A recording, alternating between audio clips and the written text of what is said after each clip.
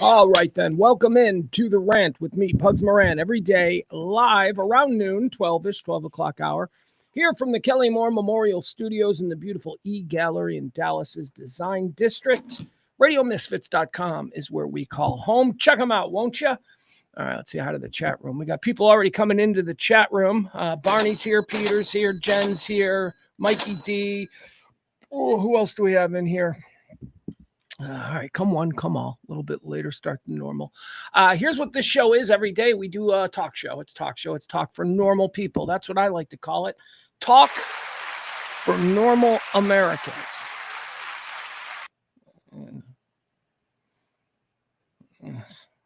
Everything is such a mess. Talk for normal Americans. That's what we call it here. The Rant. It's just me. I used to do talk radio in Chicago and Dallas for 25 years, and I can't do talk radio anymore because those people want me to do a kind of talk radio that I refuse to do. What I think talk radio is just a bunch of people sitting around talking about their community, about their life, trying to connect with one another, having a few laughs, maybe busting some balls. Talk radio the way it used to be, and that's what we're doing here every day at noon. I perform this show solo. There's nobody else. There's nobody to talk. We're going to start doing guests. Do we have the second camera? Second camera's not up. Doing some tricks with the second camera. Second camera's not up. That's why no guests. But we will start having guests. But until then, it's a stream of consciousness. It's just me sitting here talking about the world. I wake up early. I put together a whole thing, a whole rundown. And then, I use it as bullet points. And by the end of this show, typically about 2 hours, the end of this show, you should have a pretty good understanding of everything that's happening in the world. We do it in 4 quarters, 4 segments. That's because it's just me endlessly speaking. 4 quarters help me know where I am in the show. Because when you just turn yourself over to just streaming and saying whatever without any fear, you kind of get lost. So the first quarter, we call that Antecedently on This Day. It's a look back at history. It's just me riffing on certain things that have helped shape our understanding of this day. Quarter 2 is birthdays. You know what that is. People's birthdays. Quarter 3 is deads, not birthdays. People who died on this day. And quarter 4 is, of course, all the hot topics, current events, headlines, whatever it is that people are talking about. We got a whole bunch of stuff to get into, too, there. Let's see. What are we going to talk about today? Let's see. I'll just run down some of the headlines that I got.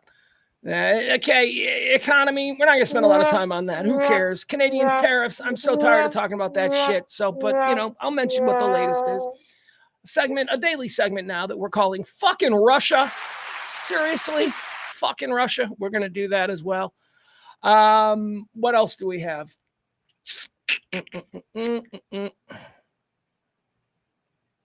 Hold on. Somehow I seem to have lost my whole. That was yesterday, right? Benjamin Harris. We talked about Benjamin Harrison yesterday. I've totally lost my place. Oh, this is humiliating. Got a lot of stuff here. Friday shows, there's some stories that we don't get to that I'm like, that's evergreen. I can talk about that anytime.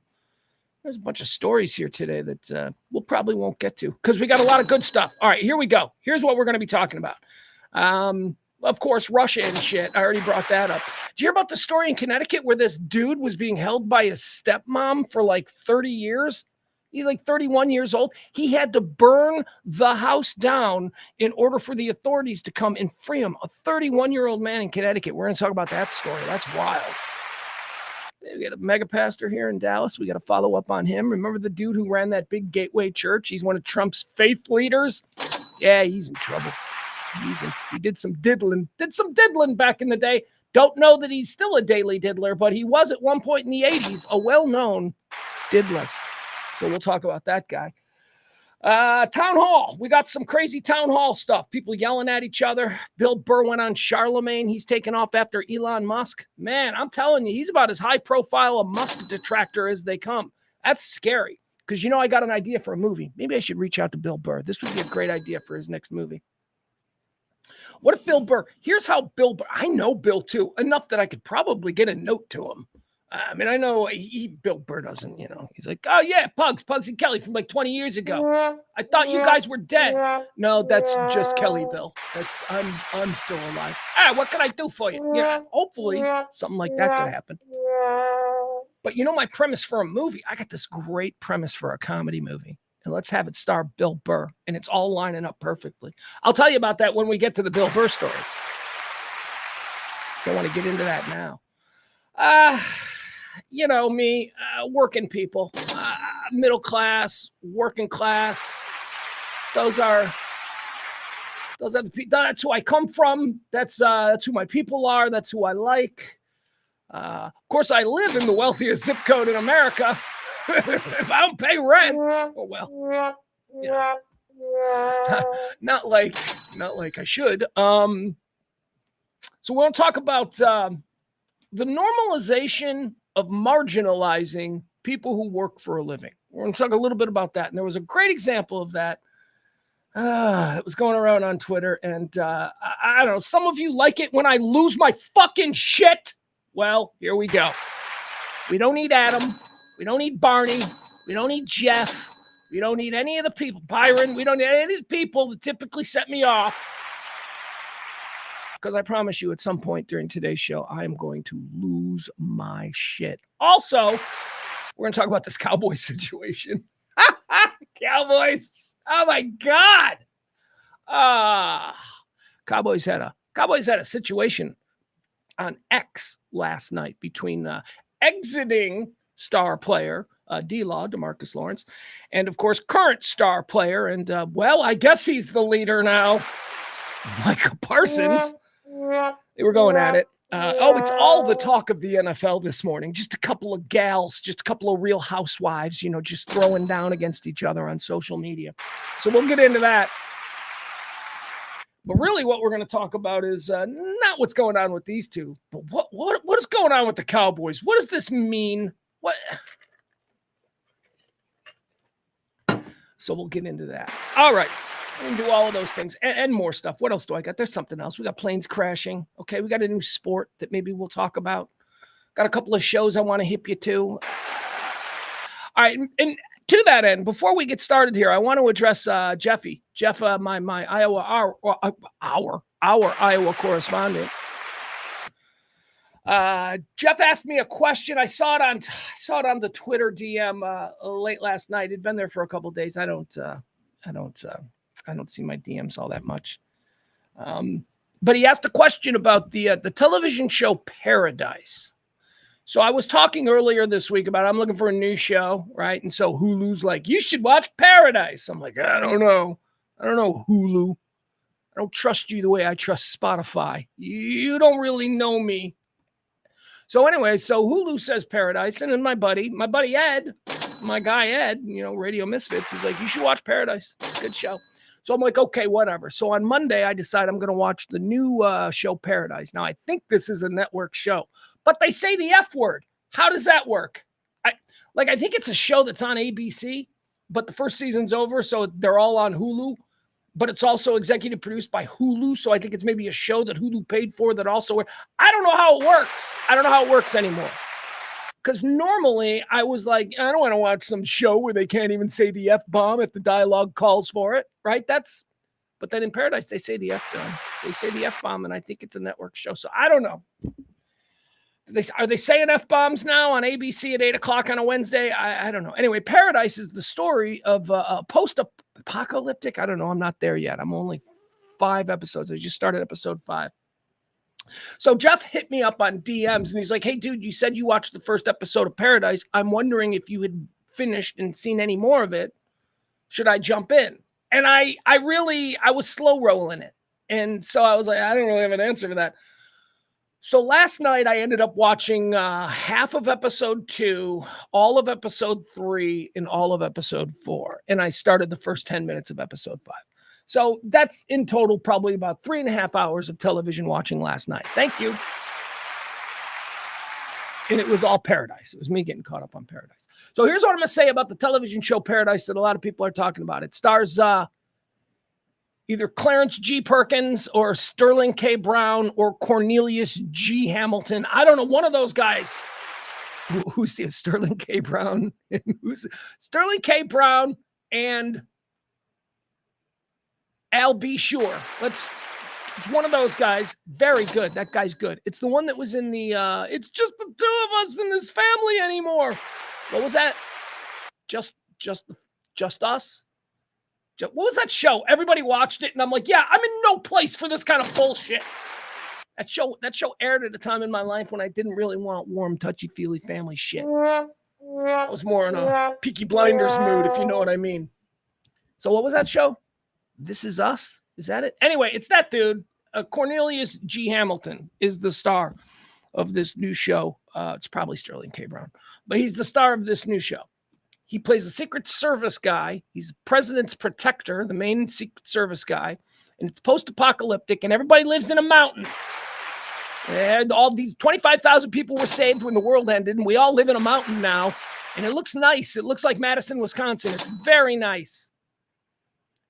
So that's what it's about. So there's still a president, and Sterling K. Hamilton Brown Jr. is the main star. Juliana Nicholson, no relation to Jack. I looked it up. Juliana Nicholson is also in it. She's good. She's good. So here's the deal with the new show Paradise. I watched the first episode, and this is the case with every first episode of a series. Don't expect to be blown away, okay? Right? Just expect enough to make you want to watch the second episode. Because the first episode is almost always just real awkward and clumsy exposition. You know, it's like, have you spoken to your father? No, I haven't spoken to my father. You know, you really should speak to him. You haven't spoken to him since that time in Hawaii last year when your mother was killed falling off. You know, it's all kinds of like ways people don't talk. Crazy exposition so that we understand what's going on in the situation. So that's what the first episode almost always is. And that episode was kind of like that, but they gave you just a little bit, just enough to go, okay, I'm going to watch the second episode. So that's how I felt after watching the first episode of Paradise. Now, I didn't feel that way enough to jump right in the next night. It took me a couple of nights, but I went back last night. Second episode, I was like, okay, I do not understand what people are talking about. This second episode was not great. Then we get into the third episode, and I'm like, oh, I see something happening here. Okay, I'm starting... And then it falls off a cliff again in the third episode. I'm like, wait, so that's not what's going on? So I don't know what's going on. This is stupid. They live in a mountain. Everything looks great. How do they got sunshine? They're inside a fucking mountain. So I'm starting to get angry at the show. Paradise. So against my better judgment, I'm like, you know what? I'm just going to watch episode 4. So I watch episode 4. Fuck. Wow. Oh, I'm all in. I am all in.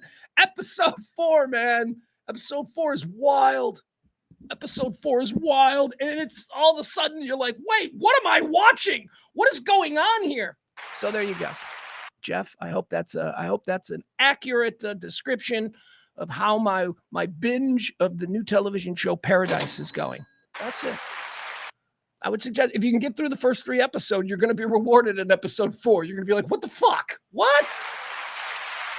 There you go. Yeah, the show was This Is Us. I think I kind of knew that, but it wasn't my thing. Which is strange because Mandy Moore is definitely my thing. And wasn't she in that? But didn't that show also have a bunch of unattractive people? I think that might have been it. I don't watch TV. I don't watch TV that just flagrantly puts unattractive people on. I don't. Look, there's a reason I went into radio because very early on, I'm like, TV is not for me. I am too unattractive for TV. I'm going to do radio. And it turns out my voice is just as unattractive sonically as my face is optically. But whatever, here we are. But I knew TV is for pretty people, okay? Even the ugly girl in a TV show is the hottest girl you went to high school with. They just put glasses on her and, pulled her hair back. Made her dress like a dork. But she's super hot in real life. Right? This Is Us had unattractive people on it. I don't think that's another thing. I was like, I'll watch that. Oh, Mandy Moore. I like her. And then I saw a bunch of unattractive people and I was like, nope, I'm out. Peter thinks we need ugly. We don't need ugly on TV, man. I got enough ugly people in my real life. I see ugly people every day. Half the people I deal with are ugly people. I tune into TV to be taken to a fantasy land where everybody is handsome. All the women are beautiful. That's what TV's about, man. TV, you know what? You want to go to a movie? You want your fucking real life reflected back upon you? Go to a movie. TV is escapism. TV is the Carringtons. TV is the Ewings. You ever notice how, like, in Dynasty in Dallas, there were no ugly cousins? Like, not even one. Every family's got a fucked up cousin. Not in Dallas. Not the Ewings. All right. All right, let's keep going. I'm just rambling, and I don't know that it's going anywhere. So what do you say we get started with the show? It is the Rant. Welcome. I am Pugs Moran. These are the Kelly Moore Memorial Studios. It is the 14th day. It's 14th day of... all right, we'll get started in this stuff.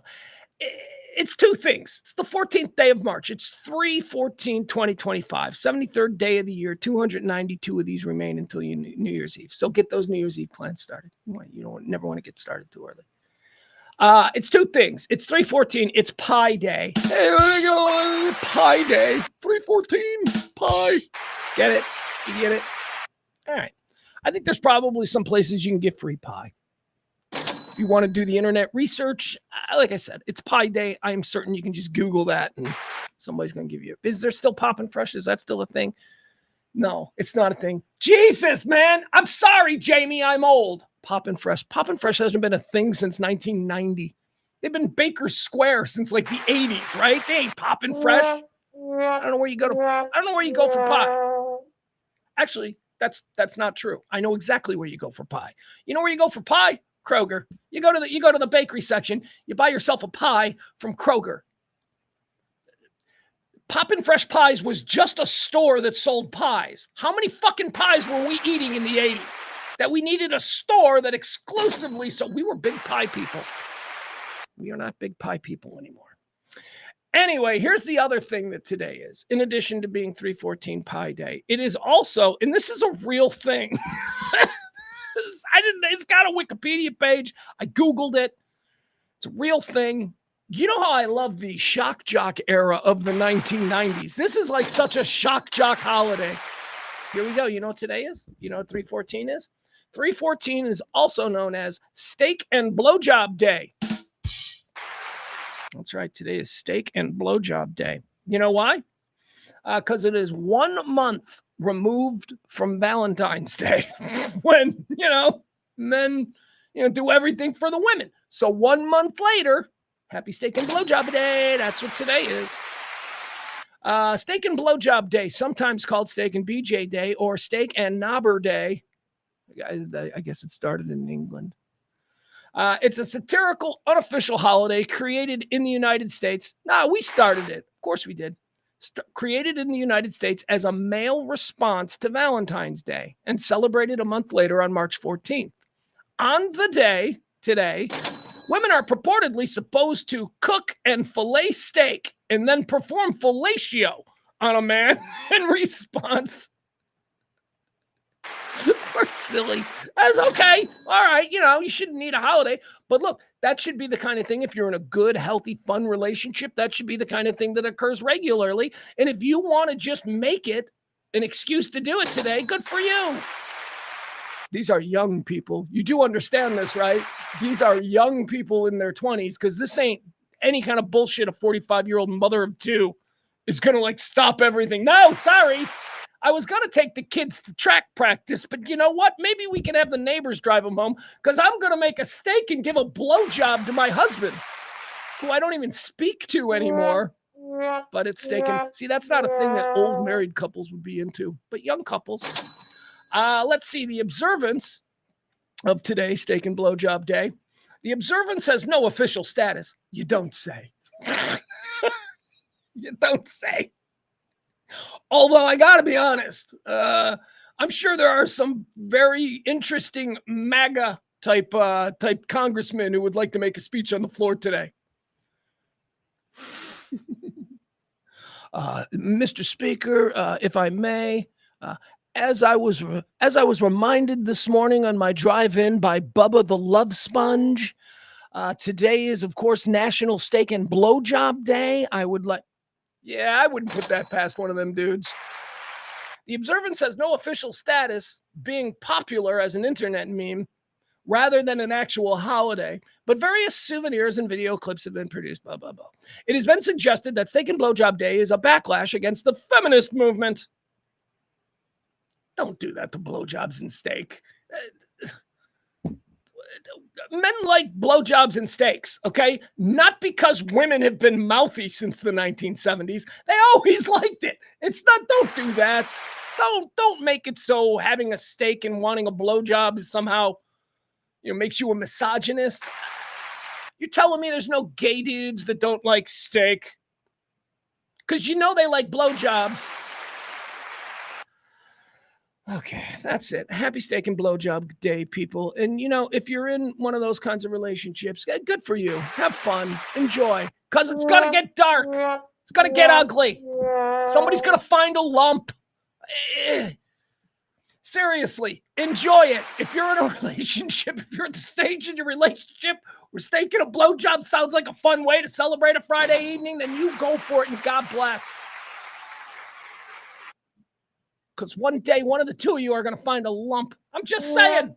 Just saying. All right, let's get started. It is time for, boy, that's some dark shit. But it's true. It's true. Enjoy the moment. Enjoy where we are right now.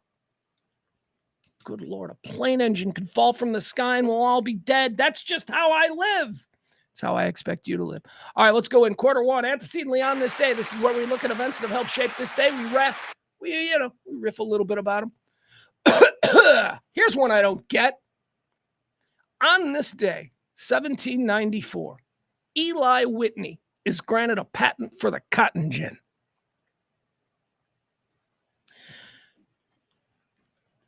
We've done a lot of really cool stuff here in America. The Industrial Revolution, that was great. And we remember Ford for his accomplishments. We remember Alexander Graham Bell.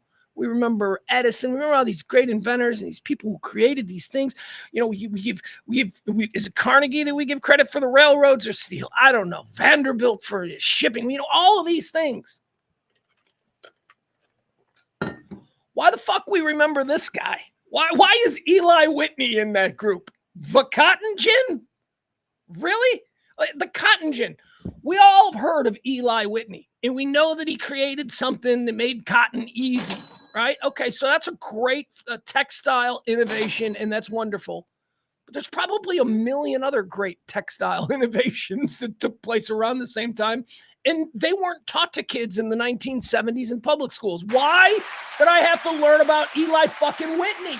I don't know what he did that was so important. Well, you see, Pugs, it came at a time when the slave labor of picking cotton was becoming a contentious issue, and Whitney's invention would otherwise make it completely unnecessary for the major plantations to utilize a slave class, which, of course, begged the question, and one that Eli Whitney himself suggested, what to do with the displaced slaves. Kill them is what they thought first. Because you weren't going to free them. Can't just free. They're animals. We should put the animals down.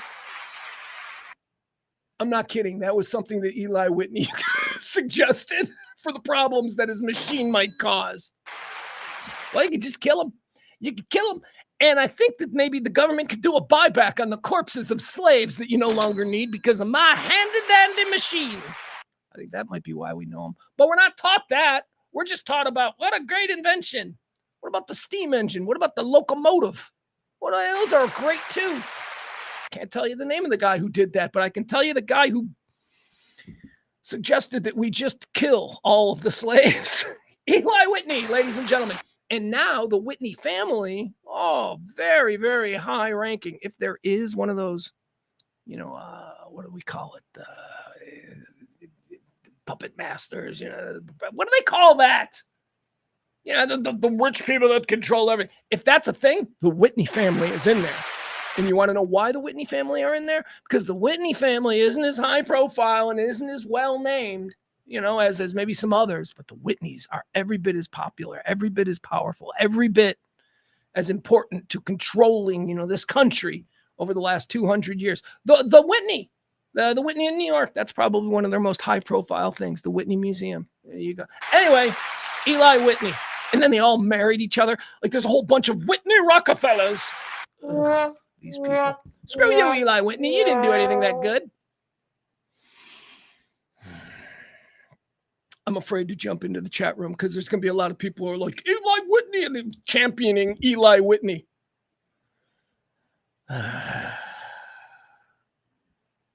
What's going on with Barney? I jump in the chat room. Nobody's talking about what I'm talking about. It's like I'm background noise. Whatever. I don't care. I'm just glad you're here. Oh, by the way, speaking of Peter taking the conversation away from what we're actually talking about. Peter is once again today's executive producer. Look at that, Peter. How did that happen? Well, Peter was the biggest tipper of the day again. What's going on? Hold on. What's happening with my screen? What's that bullshit? What? Why did that thing pop? Oh, because it's almost done. That's all right. We'll go back. I only got 2 hours of this.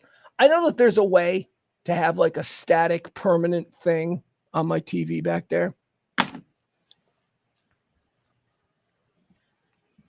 That's it. I got nothing more to say. I know there's a way. That's it. I got nothing else for you. So thank you, Peter. Peter's our executive producer. If you want to be an executive producer, drop a little something in the Cash App, the Venmo, whatever. You tip the biggest of the day, and you are Monday's executive producer. Thank you. The show runs on your gratuities. No sponsors, no advertisers, no nothing. If you like this kind of talk radio, you drop a little something. At the end of the day, I'm like, oh, I can go on, or I'm going to park in the garage and go to sleep. It's one of those two things. No pressure. That's how we do it. Thank you, Peter. Peter's our exec producer. On this day, antecedently in the year 1921. I hate these stories. All right, whatever. 6 members of a group of Irish Republican Army activists known as the Forgotten 10 are hanged in Dublin's Mountjoy prison. The Forgotten 10. We're not going to forget the Forgotten 10. Why? Because these are good dudes. These are dudes who fought and they gave their lives literally. I mean, this isn't just, they weren't sitting around in pubs playing on their phones, shit tweeting. Nah, these motherfuckers were like, I'm tired of being treated like a second-class citizen in my own country. And they fought the oppressive British Empire, and they died in prison because of it. Forgotten 10. Give you their names. Hold on. I'll give you their names because there's all these great Irish names. Here we go. We got Kevin Barry. We got Thomas Bryan. We got Patrick Doyle. We got Patrick Moore. We got Patrick Mahon. We got Bernard Ryan. We got Thomas Traynor and Thomas Whelan. The Forgotten 10. On this day, hanged by the British scum. 1921. On this day in 1923, 2 years later, Charlie Daly and 3 other members of the Irish Republican Army are executed by the Irish Free State. And I say, burn in hell, Charlie Daly! See, this is where it gets all complicated. You're like, Pugs, why are you shouting out the names of the Forgotten 10 who were hung in that prison? And then 2 years later, Charlie Daly, a great member of the Irish Republican Army, he's executed. And you're saying, good riddance, you traitorous scum. That's because that's how complicated this shit was. The Irish won their freedom. The Irish Free State became a thing. The Brits said, okay, whatever. But here's the problem. The deal that was brokered to end the war, to give them an Irish Free State, gave up a chunk of the North. And that's what we now call Northern Ireland. When Michael Collins returned from England, having brokered the peace deal, he came back to a country that was like, not good enough, Michael. And half of the people were like, okay, an Irish Free State is good. The fighting, the blood stops. We are our own country. We are our own parliament. Yes, we give away the 13 colonies in the north. 13 colonies, 13 counties in the north.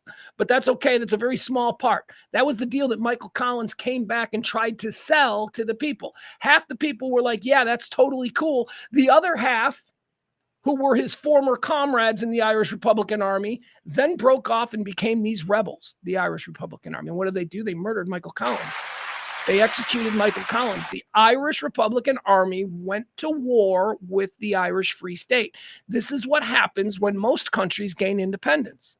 When most countries gain independence from a colonial oppressor, what happens in the years that follow is usually civil war from people trying to, be in charge. Charlie Daly was a bad guy. I am of the treatists. I believe that what Michael Collins did when he went to England and he gave up Northern Ireland, but stopped the war and gave the Irish people something they never had before, which was their own independent, autonomous nation. I think that was a win. And as Michael Collins said back then, he was like, look, we're not over. He goes, well, let's catch our breath. Let's establish ourselves as this country. And then over the course of the next couple of generations, let's get the North back. That was his plan. That wasn't good enough. Too many people were still like, let's keep fighting. So they murdered him. And on this day, Charlie Daly and a whole bunch of other traitorous Irish Republicans who wanted the complete island united were executed. There you go. On this day. Very complicated situation over there. But that is what always happens. You give a people freedom, and they're going to celebrate for about 6 months to a year. But after that, you're going to start seeing different people want to be in charge. Antecedently on this day in 1961, one of the craziest stories that happened. I'm surprised there isn't a movie about this. I'm surprised we don't talk about it. Could you imagine had it gone squirrely? On this day in 1961, a United States Air Force B-52 bomber carrying nuclear weapons crashed in Yuba City, California, into a neighborhood. A plane carrying a bunch of nukes crashed in a neighborhood. Well, we packed them nukes pretty good, I guess. That's a Vic, right? They didn't go off. What if they had? I don't know. I don't know how that works. It's just a scary scenario. Antecedently on this day, year of our Lord, 1964, Jack Ruby is convicted of killing Lee Harvey Oswald. Jack Ruby convicted on this day.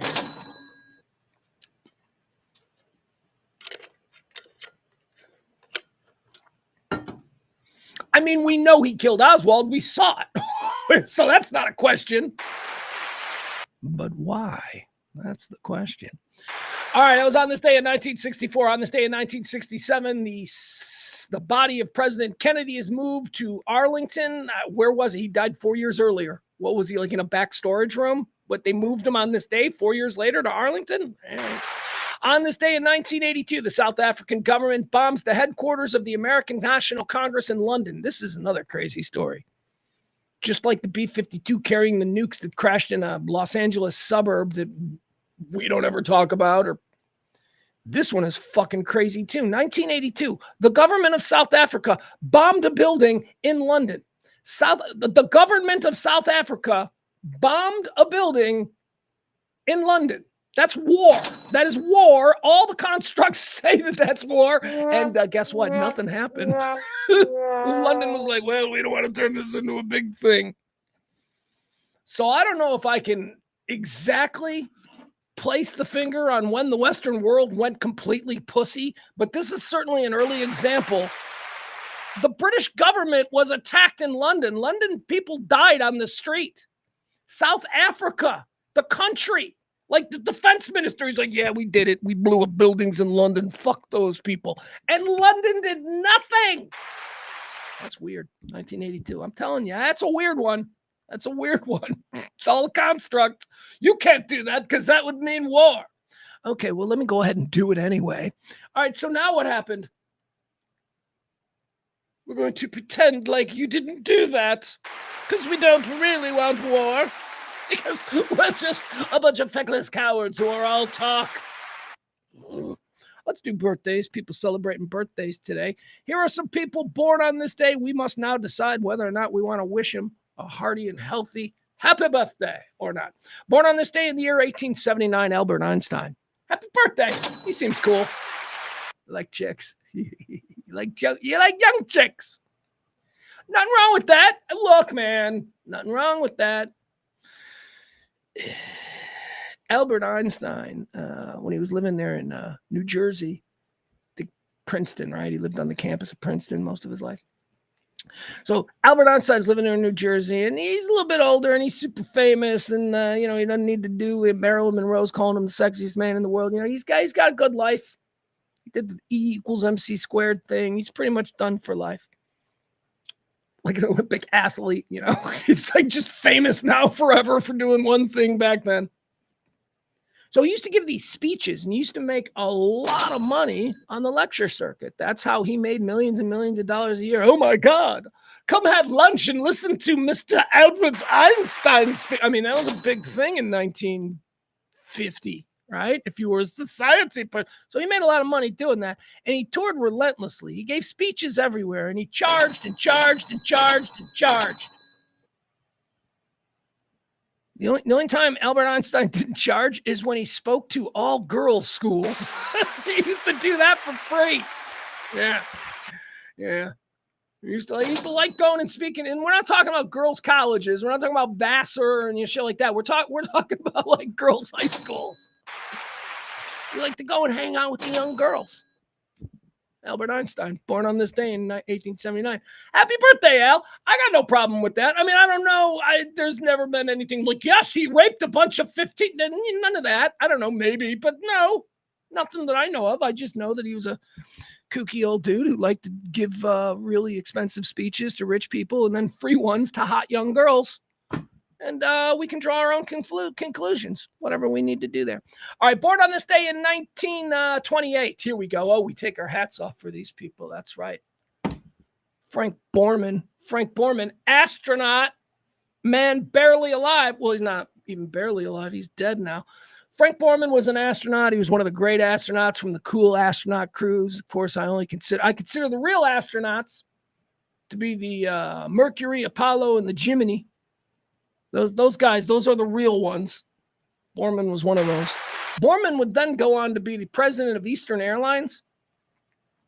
Well, which if you were around and you watched TV in the 70s and 80s, you would know Frank Borman because he became the spokesperson for Eastern Airlines, even though he was, he's the president. He'd be like, I'm Frank Borman, been to the fucking moon. You think I can't land an airplane? Fly Eastern, you sucks. That was basically the commercial. And it wasn't like that. He was far more sophisticated, but that was the message. I'm the president of this airline. You think I'd be the president of an airline that crashed? He's kind of that message. Like, I'm an astronaut. You should feel secure. Also, if you're from the Chicago area or the Indianapolis area, you know that the way to get from Chicago to Indianapolis is to take the Frank Borman Expressway. We'll get you right there in and out. Happy birthday. We salute you, Frank Borman, great American astronaut. Born on this day in 1928. Born on this day in 1933, Michael Caine. We like him, right? He's like in everything. Michael Caine. He's not dead yet, right? 1933. All right. Michael Caine, happy birthday. Born on this day also in 1933, Quincy Jones, Q. He just died. He was super cool, man. He's one of them dudes. Quincy Jones, great documentary on Netflix called Q about his life. If you don't know about what this dude did, see it, Q. I mean, Frank Sinatra, Miles Davis, Dizzy Gillespie, Michael Jackson. I mean, the dude, everything. Diana Ross, everything. Quincy Jones, born on this day in 1933. Born on this day in 1934. You better. Born on this day in 1934. Captain Eugene Cernan. That's right, Gene Cernan. That's another one. We had Borman. Look at that. Borman and Cernan born on the same day. Two of our great American astronauts.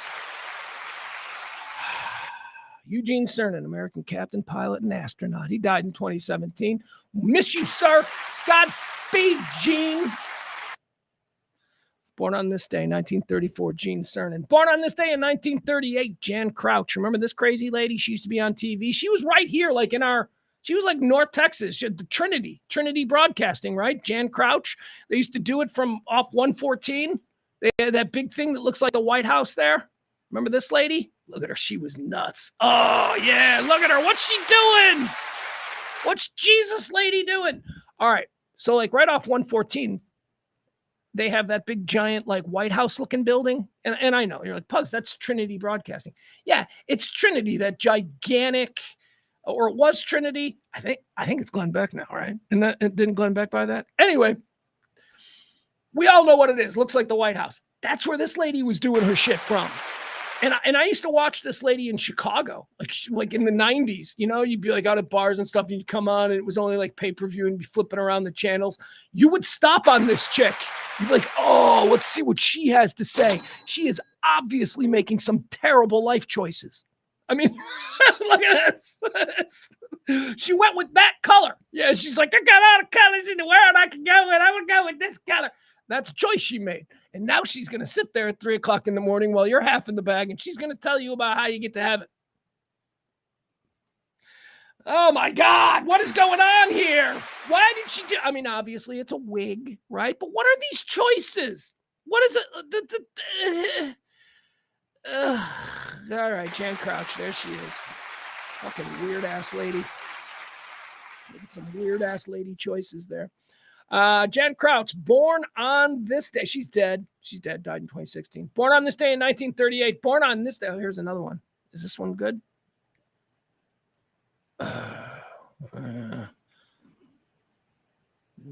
Yeah, you know what? We'll go quick. Born on this day, I was going to do a whole thing, but again, this is so self-indulgent, and nobody really gives a fuck other than me and a few other people about who Walter Parazater is. So happy birthday, Walter Parazater, born on this day in 1945. Super cool guy. He's got Alzheimer's now, so he can't tour or anything like that. Well, Pugs, who is Walter Parazater? Walter Parazater and Terry Kath formed the band Chicago back in the 1960s. He is a horn player, a saxophonist, one of the great in rock and roll history. Walter Parazater. He's really cool. Really cool guy. And he's old and he's sick now. And although he's not that old, born in 1945. Walter Parazater, Chicago, saxophonist, founding member, co-leader of the band.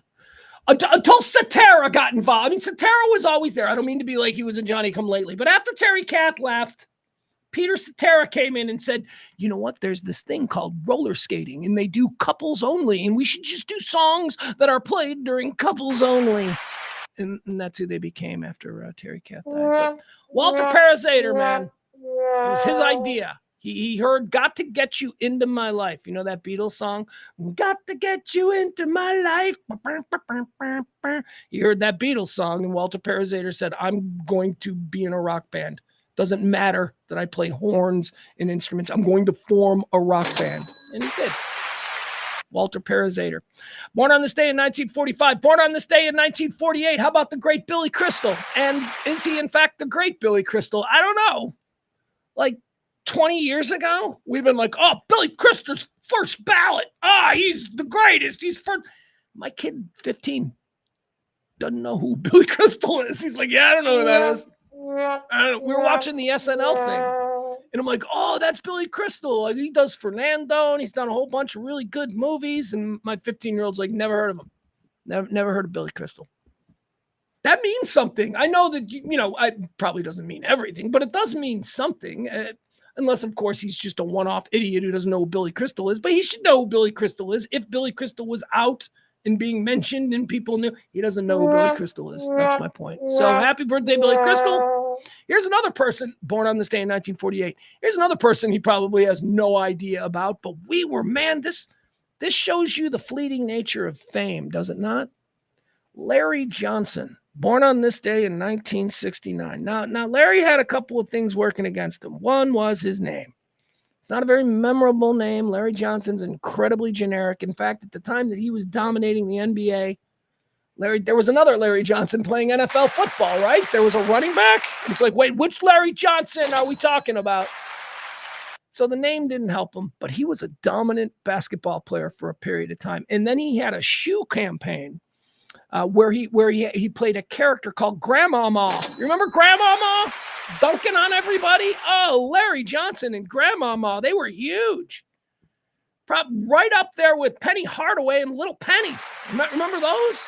And then both of those dudes, completely forgotten by the NBA history. Everybody's like, oh, these are the guys who also played with Jordan at the same time?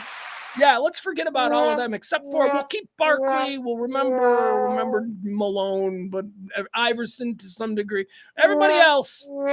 Larry Johnson, he was a big star. 1969, born on this day. Here's a big star that. Okay, so this one we're not going to forget. This one we will remember. This will be a guy who in 50 years will still throw his name around the way you hear people throwing old heads thrown around Wilt, and stuff like that. Judge Mikan was the second best center I'd ever seen.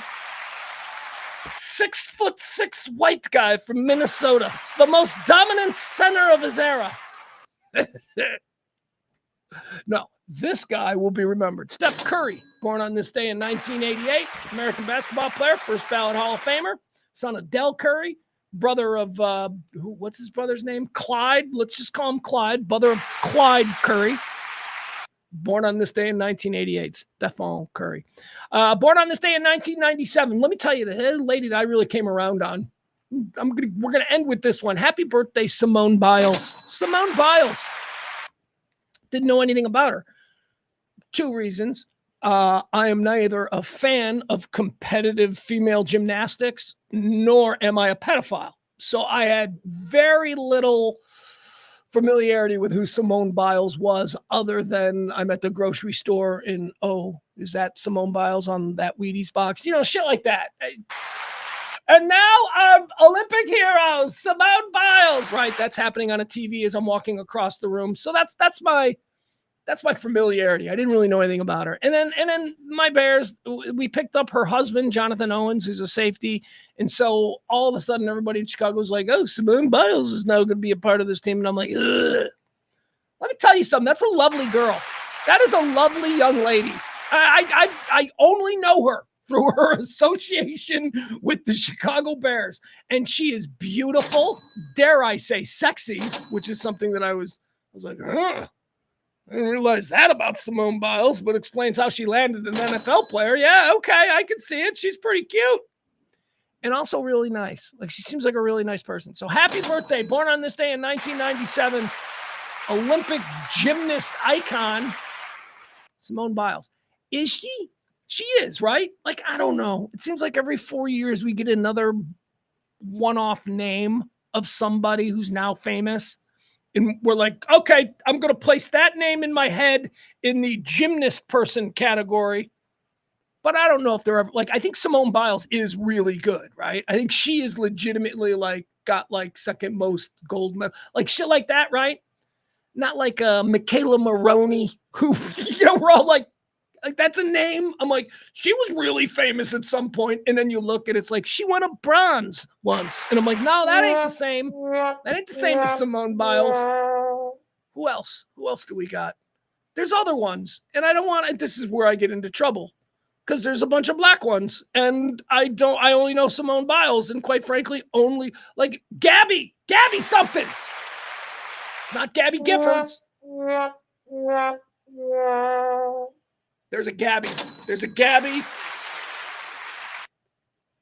that before Jonathan Owens became a Chicago Bear. There's a Gabby who I probably would have called Simone and vice versa. So there you have it. I don't know. Again, I'm unfamiliar with these people because I am neither a fan of women's competitive gymnastics nor am I a pedophile. I'm sorry to have to apologize for that. All right, let's go on to some deads now. These are the people who died. These are the people who died. Let's talk about them. Dead people. All right, we're going to start out with a controversial one. Dead on this day in 1883, Karl Marx. Karl Marx.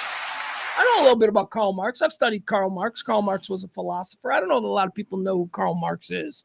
I think a lot of people think that he was the original leader of Russia. Yeah. Like, no, he wasn't. Karl Marx wasn't a politician. He was a political theorist. He was a philosopher. He was a writer. He was a rabble-rouser. He was a revolutionary leader of working class people. That's who he was. He wrote the Communist Manifesto, which is why whenever we want to speak of the evils of communism, we refer to it as Marxism. You're a Marxist. When, that is a tool that is used against people who don't truly understand who Karl Marx is and what our familiarity with modern Soviet-style communism is. They're not the same thing.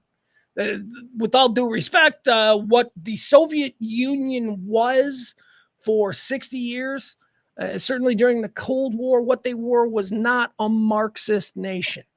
They were a totalitarian dictatorship that was ruled by a 1% class. That's what they were. Now, they sold this form of government to the people with all of these very, very pie-in-the-sky utopian words of Karl Marx.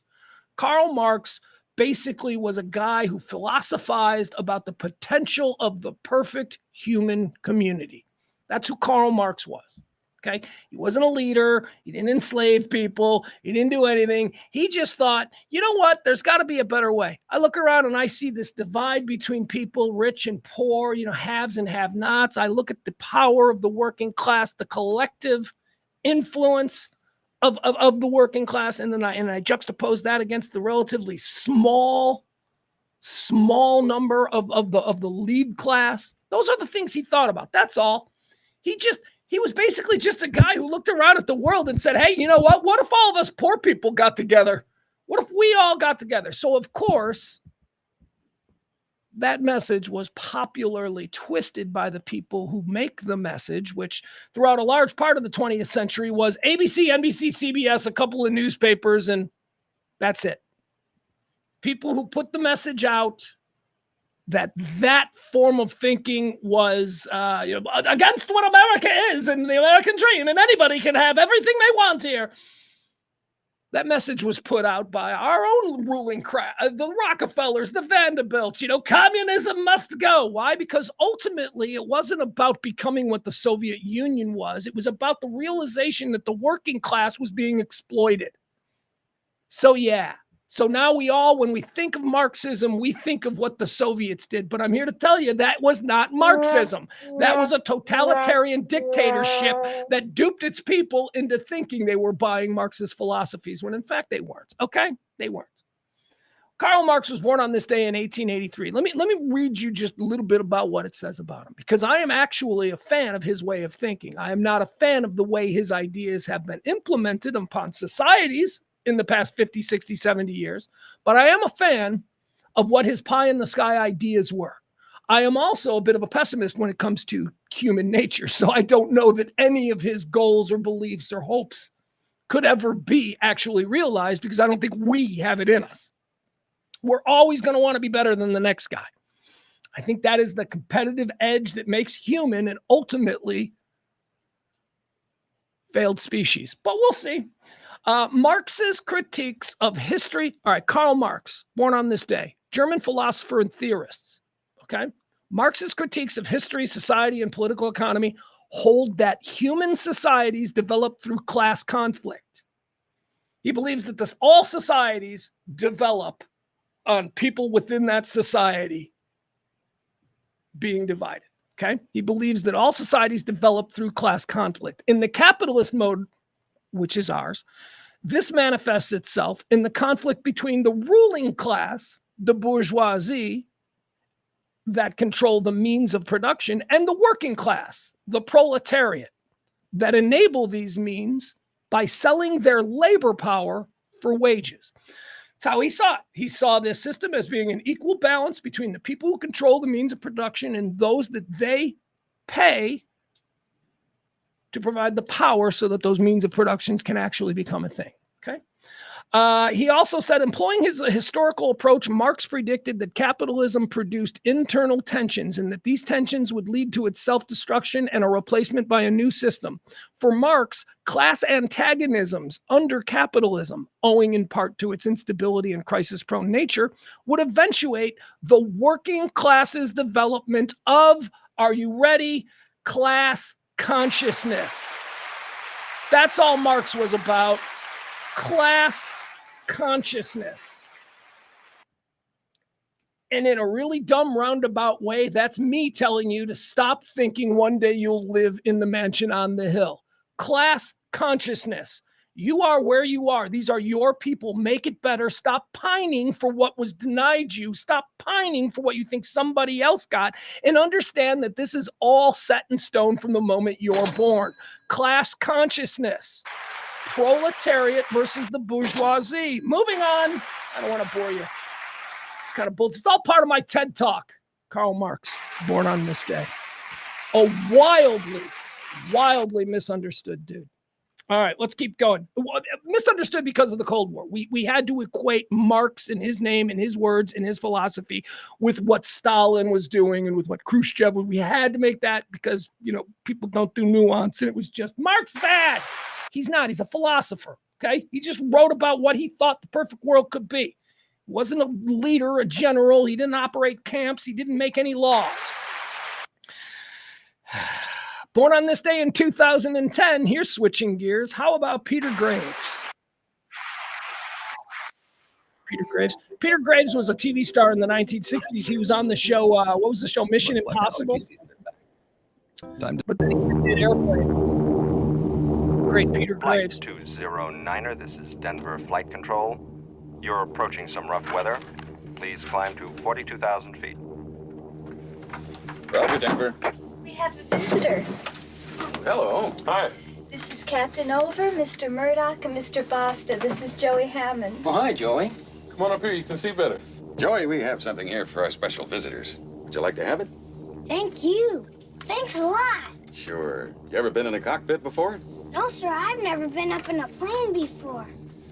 You ever seen a grown man naked? Joey, you ever hang around the gymnasium? Joey, you like movies about gladiators? All right, there you have it. The great Peter Graves. I'll put him in heaven. Why not? What was the story about Peter Graves?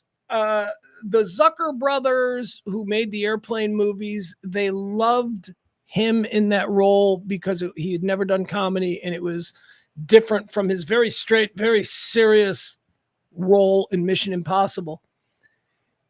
And Frank Drebin was written for Peter Graves. It was like they wanted Peter Graves. I think I have this story right.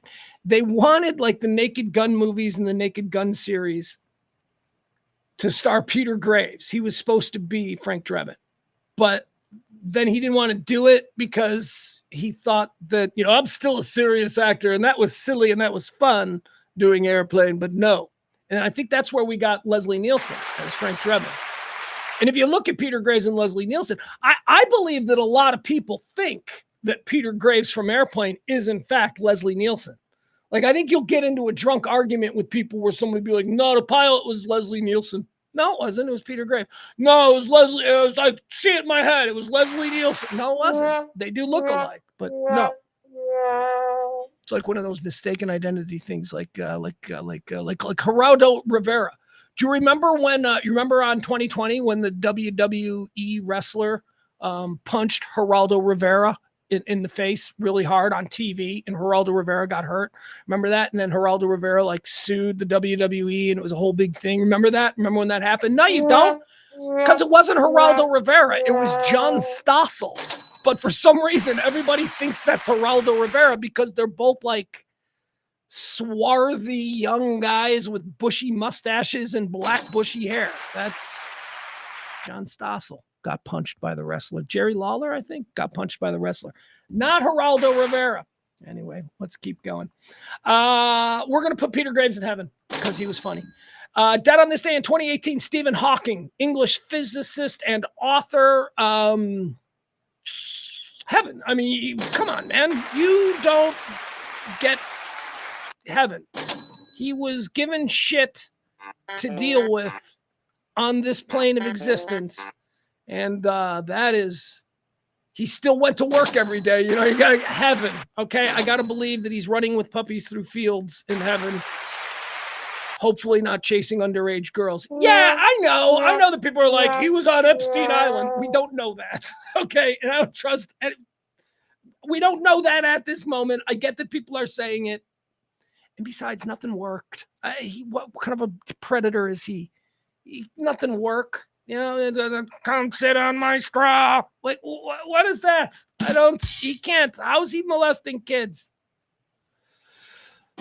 Stephen Hawking's going to heaven. Dead on this day in 2018. How about this one? Dead on this day in 2022. WWE wrestling legend Scott Hall, the American. I don't know, what was he? What was his nickname? I think he died. Didn't his dog eat him? One of these dudes that died Gene Hackman style, or actually Lane Staley style, where you die and then weeks go by and then somebody's finally like, hey, I wonder what's going on with Scott Hall. And in this case, it was Diamond Dallas Page, who just went over to Scott Hall and found him laying there. He apparently had died a week earlier. Drugs, alcohol, he had gotten clean. And then the deal with Scott Hall is apparently that he had been injured multiple times. He's a wrestler.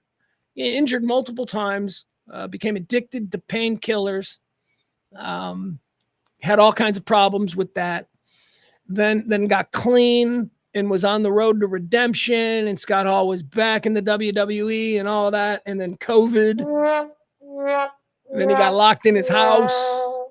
He started drinking again, and that's when it all happened. Terrible, terrible ending. Scott Hall was an entertaining guy. I don't. Did he do bad stuff like punch women and stuff? Because I don't know. If he did, he can't go to heaven. That's one of my rules. If it's ever been documented publicly that you've punched a woman, you can't go. Unless, look, we'll look at it if you can make a case. But I don't know if he ever punched a woman. He might have. Wasn't he with Miss Elizabeth? Didn't Scott Hall hook up with that?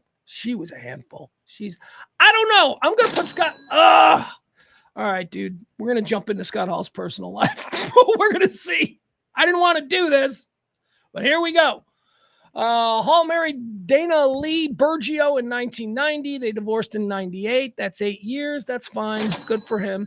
They divorced in 98 due to Hall's drug use. All right, that's a mark against him. They remarried in 99 and divorced again in 2001. Okay, he's a fucking idiot. He's going to hell. Never mind. He's marrying the same woman over and over again. Just be friends, dude. Just be friends. You don't need the stupid piece of paper. If you guys were married, right, and then a couple of years later, you decide, you still dig each other. Like you dig each other like people. Like, oh, I like this person. I like this person in my life. They're a good influence. I love them. I trust them. That kind of thing. Because that doesn't go away just because of a divorce. I know a lot of people force that to go away. A lot of people are like, well, now that person is the worst ever. Well, that's a you problem. You're a broken person. There's a lot of stuff inside of that person who you're now estranged from that drew you to them initially, and that stuff is still there. So you've had a lot of life garbage get between you. So now you're fighting.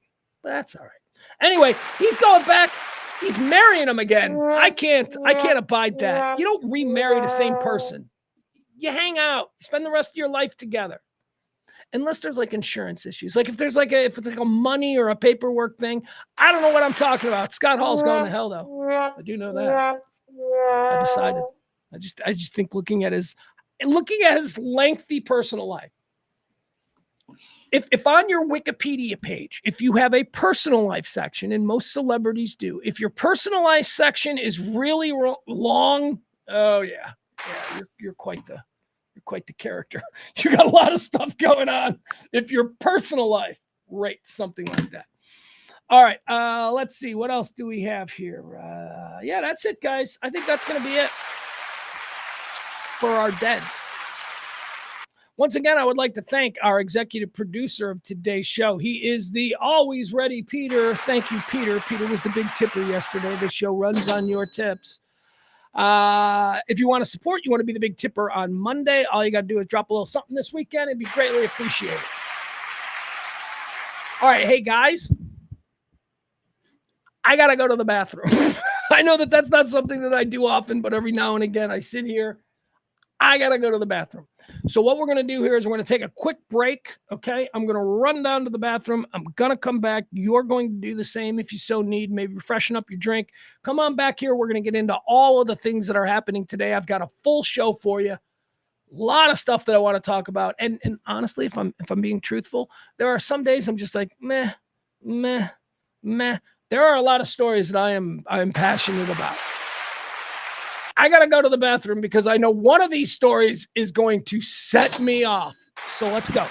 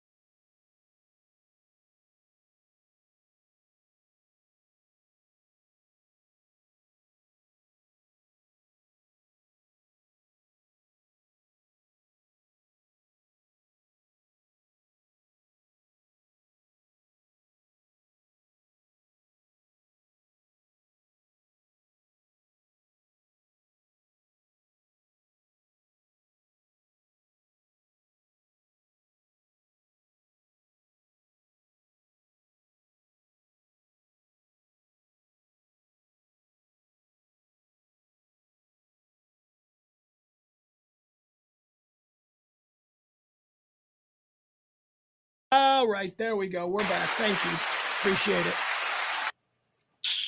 All right. Let's get into what's next. What's next? Where are we? Jumping from lily pad to lily pad. We are now moving into the hot topics, current events, and all that good stuff on this March the 14th, Pie Day or Steak and a Blowjob Day. That is your choice. Celebrate accordingly based upon your faith. Let's see here. Let's talk about the big stories that are happening in the world today. Okay, let's do stocks. All right, we'll start out with stocks. I don't care. Stocks. Dow Jones. Let's see. Come on, baby. It was up. It was up before. It is up 529. They're still at 41,343. All of the bad stuff from this week is bullshit. 41,000. I keep telling you, stop worrying. You want to start to panic? Panic when the stock market gets below 30. Then you can start to panic. 41,000. Robust is how that market would be described.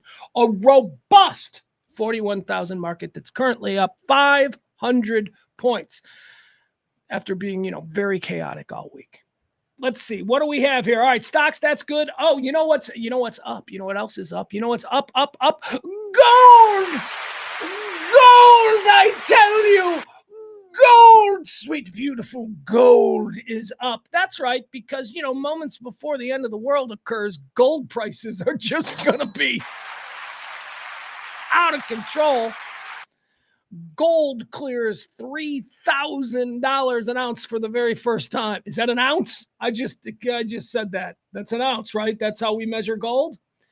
Gold pierced through the psychological milestone of $3,000 an ounce on Friday for the first time, building on an historic rally as trade tensions and U.S. rate cuts supercharge its appeal as a safe haven asset. Gold. You can never be alone when you have gold. What are these gold misers thinking? Gold. Like, okay, so is this like some kind of... It ain't going to be gold, you fucks. It's going to be potable water. It's going to be water, and it's probably going to be gasoline. It ain't going to be fucking gold, okay? When the Mad Max Road Warrior bullshit post-apocalyptic thing happens, you jugheads, you're all out here thinking, I'm going to buy gold and I'm going to have bricks of gold. And when they come to my house with their guns, I'm going to say, put your guns down. Here, have some gold. And then they're going to eat that gold and it will nourish them and it will power their cars. And they will be able to melt them into bullets. Gold is going to be fucking worthless, man. Gold is a construct of a civilized, functioning society. Gold ain't gonna mean dick when it comes time to needing gold. Gold! Fucking idiots. And it's always like some just awful person trying to get some scared 80-year-old listening to the worst possible AM radio show to give up, whatever little money they have so that they can buy gold. Gold. You can leave gold to your children. Fuck. Gold. Okay, whatever. But gold always goes up when people are being exceptionally stupid and panicky. And again, as I always do, whenever gold starts going, the end of the world is coming. You've got to have your gold. All right, I've got gallons of water. You've got gold. Fucking idiots. No, I'm a smart businessman. You know what? You know who doesn't have a whole shitload of gold? Actually, people who are worth billions of dollars. You know who's got a whole shitload of gold? The richest guy in your cul-de-sac. That's the guy I've got a gold mine in my garage. I dug it out and now it's where I store my gold. I bought it all from Glenn Beck. Glenn Beck sold me gold. Predatory bullshit. That was a big one with AM radio. You got to be willing to sell gold to old people. I ain't fucking selling gold. That's stupid. All right. I ain't going to get on the air and go, hey kids, going nowhere. How about giving your life for your country? I'm not doing that shit either. That is not a realm that I want my radio show to get into. Gold. I mean, I'd like to have gold now. You know when it's good to have gold? It's good to have gold right now when we're still functioning as a society. You know what you should do with all that gold that's worth $3,000 an ounce? You should cash it in. You should cash it in now that it's worth $3,000 an ounce. Cash it in now. Because trust me, when the aliens come, or, you know, when the sky falls in, or when the nukes drop, whatever it is, whatever pre-occurs, in our eventual trip to a dystopian world, whatever occurs, gold ain't gonna mean shit. Gold. How about a plane? We got planes catching up fire. All right, so look, you know, a couple weeks ago, we had planes falling out of the sky, and everybody's like, this will never end. This plane madness, and it's all because of evil Elon, and it's plane madness. And then stopped for like 2 weeks. They stopped covering it. But there were still plane issues. There were still, you know, still things were happening. Cessnas were landing on roadways and shit like that. And, but they calmed down for a couple of weeks. And then yesterday we had another one in Denver. Yesterday afternoon, we had a plane catch fire. And I thought, like, my first response to this when I saw the alert come across around 5 or something, 6 o'clock last night, I don't know, it was yesterday evening. When I saw the alert first come across, I'm like, oh, here we go. Oh, stupid plane. Oh, it's on the ground, but it's on fire, and all the people got out. This is just stupid. They're still going for the plane stuff, right? They're going to force feed us terrible plane stories. So that was my initial reaction to it, to be very dismissive. And then I started looking into it. Don't be dismissive about this one.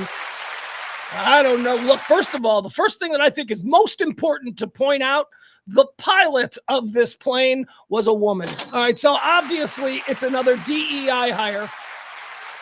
So let's just establish that first and foremost as being the most important thing about why the American Airlines plane caught fire on the ground in Denver, right? Let's, again, most important thing, it was a chick fucking pilot. What do we expect? Am I right, Jamie? All right. So in all seriousness, so here's what happened. The plane was flying, everything seems to be going okay. They're like, we're going to land. And then they said, we got to land. We got a little bit of a problem, not a big thing. We're all being very calm about this. The plane lands. The plane gets on the ground. And as the plane gets on the ground, now I don't know dick about airplanes other than I've been in them. And every time we land, I freak out a little bit when they do the reverse thrusters.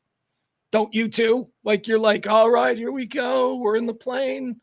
And then we land. Oh, we're down. And then as soon as we're down, then we hear the,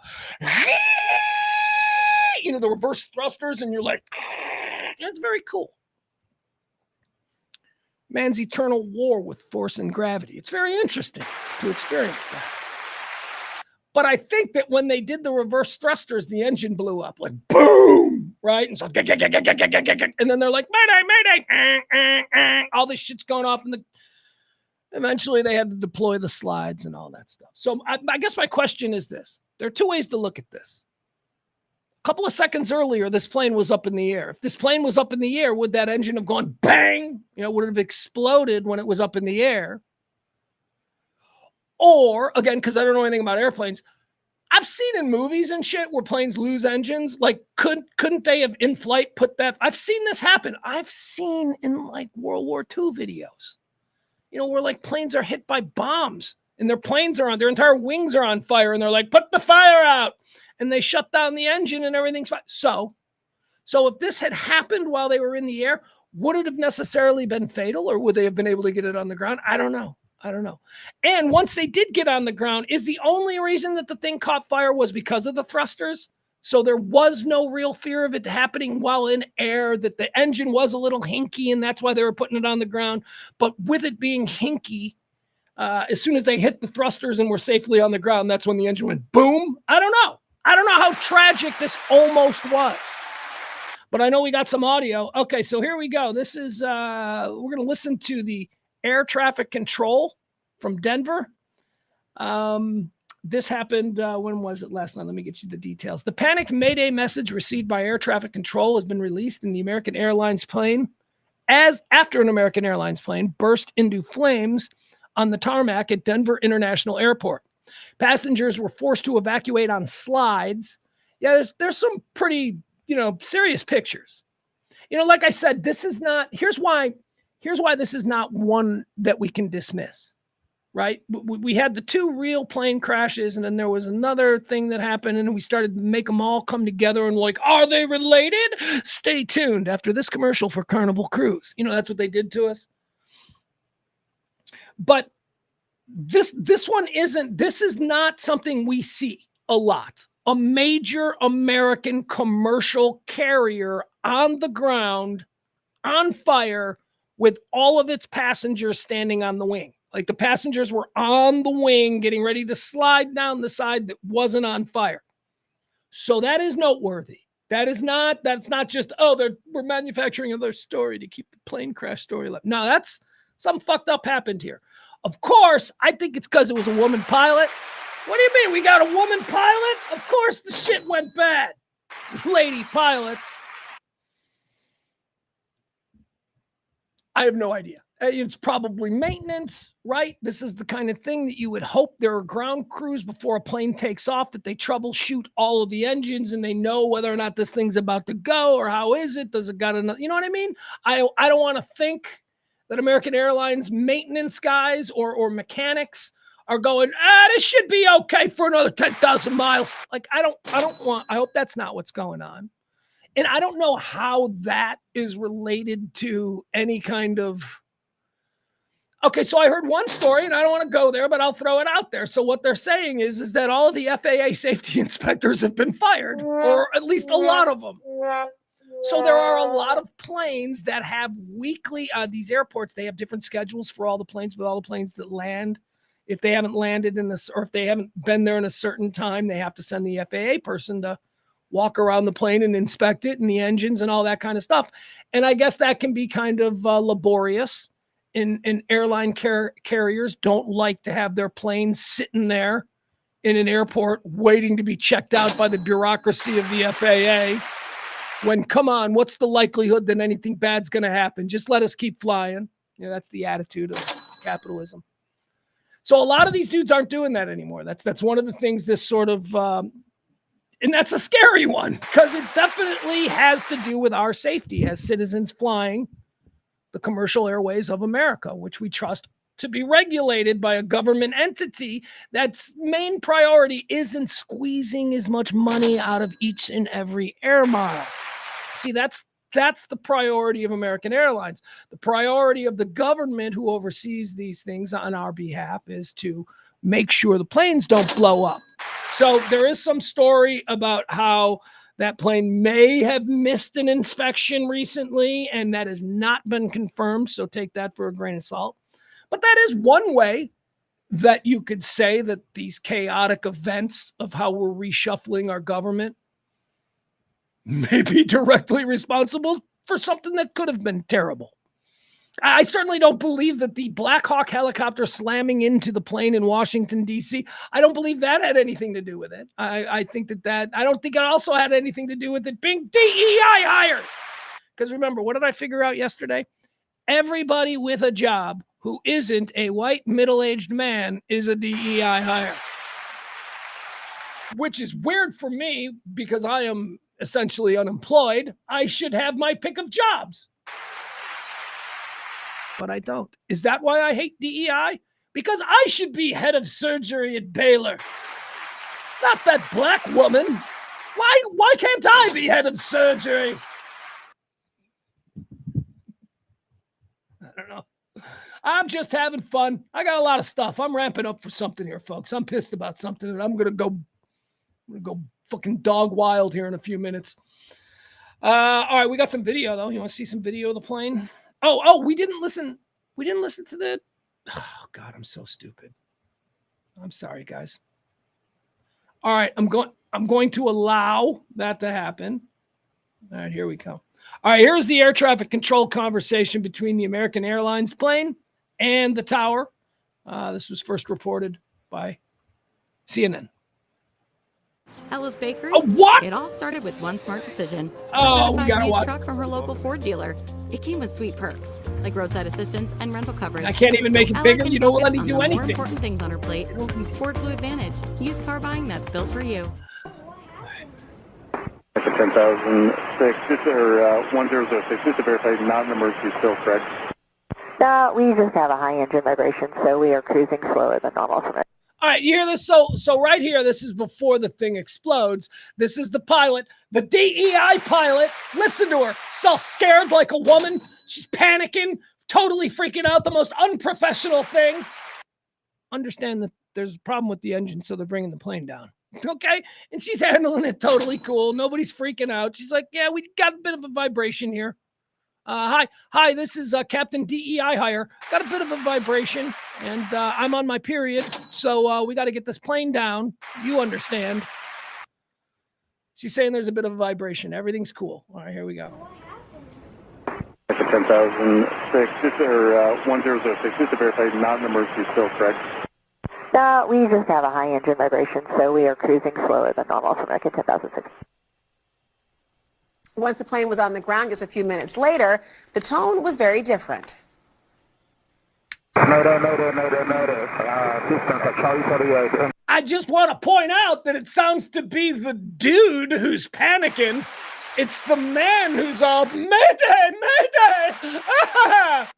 Although I don't know, it doesn't sound like a white man. I'm just going to say that. I'm just going to throw that out there. Doesn't sound like, he sounds like a scared non-white man. Let's go with that. That'll work. That's something that I would like to have be the reason for this. So I'm going to believe that to be my truth. Charlie 48, engine fire copy. And at Charlie 48, fire personnel is responding. There you go. All right, so plane caught fire in Denver. Don't know why. There's my phone in the sky. I have no idea. We have no idea why. Planes, they catch fire. Sometimes these things happen. Barney says, only if the hiring process discourages or disqualifies middle-aged white men. What? What are you talking about? I can't do anything, Barney, okay? Neither can you. You can't do anything. I can't do anything. Byron can't do anything. We're old. You know what we can do? The shit we've been doing for 30 years. Sometimes there's like a 19-year-old fucking chick from East Africa who's really good at the things she's been training to do for the last 10 years. And it's just such a bullshit idea that a black female pilot that was awarded her wings was somehow given her wings in place of a white guy who could, that's such nonsense. And if it did happen, it happened because that white guy was an asshole. They only had one job. This idea that, like, you know, all of our pilots in the military are terrible because they're all the DEI military. Stop it. It's so disrespectful. Bunch of fucks. You're absurd. Look, DEI was taken to a completely thoughtless, corporately robotic level. We all agree with that. I'm with you, Barney. I'm with you, Byron. I'm with you, MAGA. No, you're right. It got fucking stupid, okay? But it doesn't mean like the whole concept from start, you know, was awful. It's not. It's like everything else that the government gets involved in for a long period of time. Starts out with the best of intentions, but then, you know, everybody's got to get their fucking pork. Everybody's got their little piece of it. Everybody needs to somehow exploit it in some way. So everything gets ruined. All right. Welcome to the world. But it's nice in the beginning. You know, in the beginning, everything seems to be nice. Best laid plans and all. All right, that's the plane that caught fire. We don't need to see the video. Who cares? Let's keep going. We got stuff to do. Russia and shit. Okay, so I guess no peace deal. Putin's like still walking around in the army fatigues. He's going on TV. He's saying, we like the deal. A couple of points. Ukraine gives up everything. We get everything, and they have elections, and my guy wins. So, right, you know, sure, good to have Putin at the negotiation table. His idea of the ceasefire is that Ukraine gives up. Which is exactly what everybody said was going to be his response, but no, here we are. Okay, so let's let this play out. Trump is a master negotiator. I know that fucking Putin is a master negotiator. I mean, his entire life, 50 years of being one of the world's greatest mind fuckers with the KGB. That was his specialty. His specialty was fucking people's minds. So, let's go. Let's see, Donnie. Let's see if Donnie can out-negotiate this fucking guy and not come out looking like an ass. Because so far, he's looking like an ass. Because all he's done was kick the shit out of that dork Zelensky in the White House, looking like a big old dumb bully. And now Putin, his guy, is like, yeah, fuck peace. Unless, of course, we define peace by Russia wins, Ukraine goes away, and we all cut Zelensky's head off in the middle of the town square. Is that a deal? Can we get Ukraine to agree to that one? I mean, that's basically where we're at right now. We ain't anywhere. Smoke and mirrors bullshit. So the question is back to square one. What are we doing? Are we defending Ukraine's right to be a free and democratic nation? Or are we just going to be like, nah, we don't want to make Putin mad? I get my boy Frankie. My boy Frankie hits me up on Twitter. He's like, oh, I guess you want another forever war. I know. I'm not a fucking pussy. We're going to go win a fucking war in a couple of years. Let's go. What I'm saying is your mentality that a thing like a forever war exists is what's broken. Let's fucking go. We got to drop a bunch of nukes on the people in Russia to end that fucking feckless regime. What? Feckless. I said feckless. I shouldn't have said feckless. That was the wrong word. I wanted to say totalitarian, but I said feckless. Anyway, yeah, I'm not afraid of fucking war. All right, I'm not afraid of righteous American war. But you guys are. Oh, forever war. The only reason there's any idea of forever wars is because the fucking pussy left and the fucking hawk right. Nobody ever stood up to the other.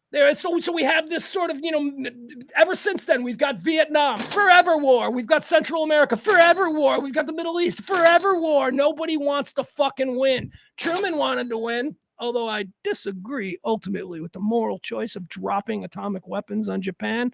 It did the fucking job.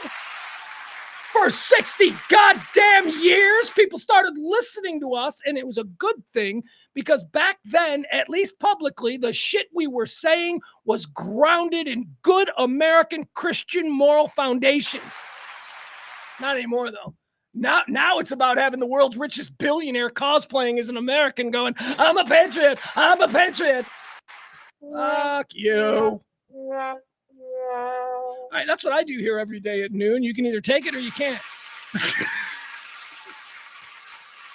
There's Frank. Forever war. What the hell kind of gutless, cowardly fucking word is that?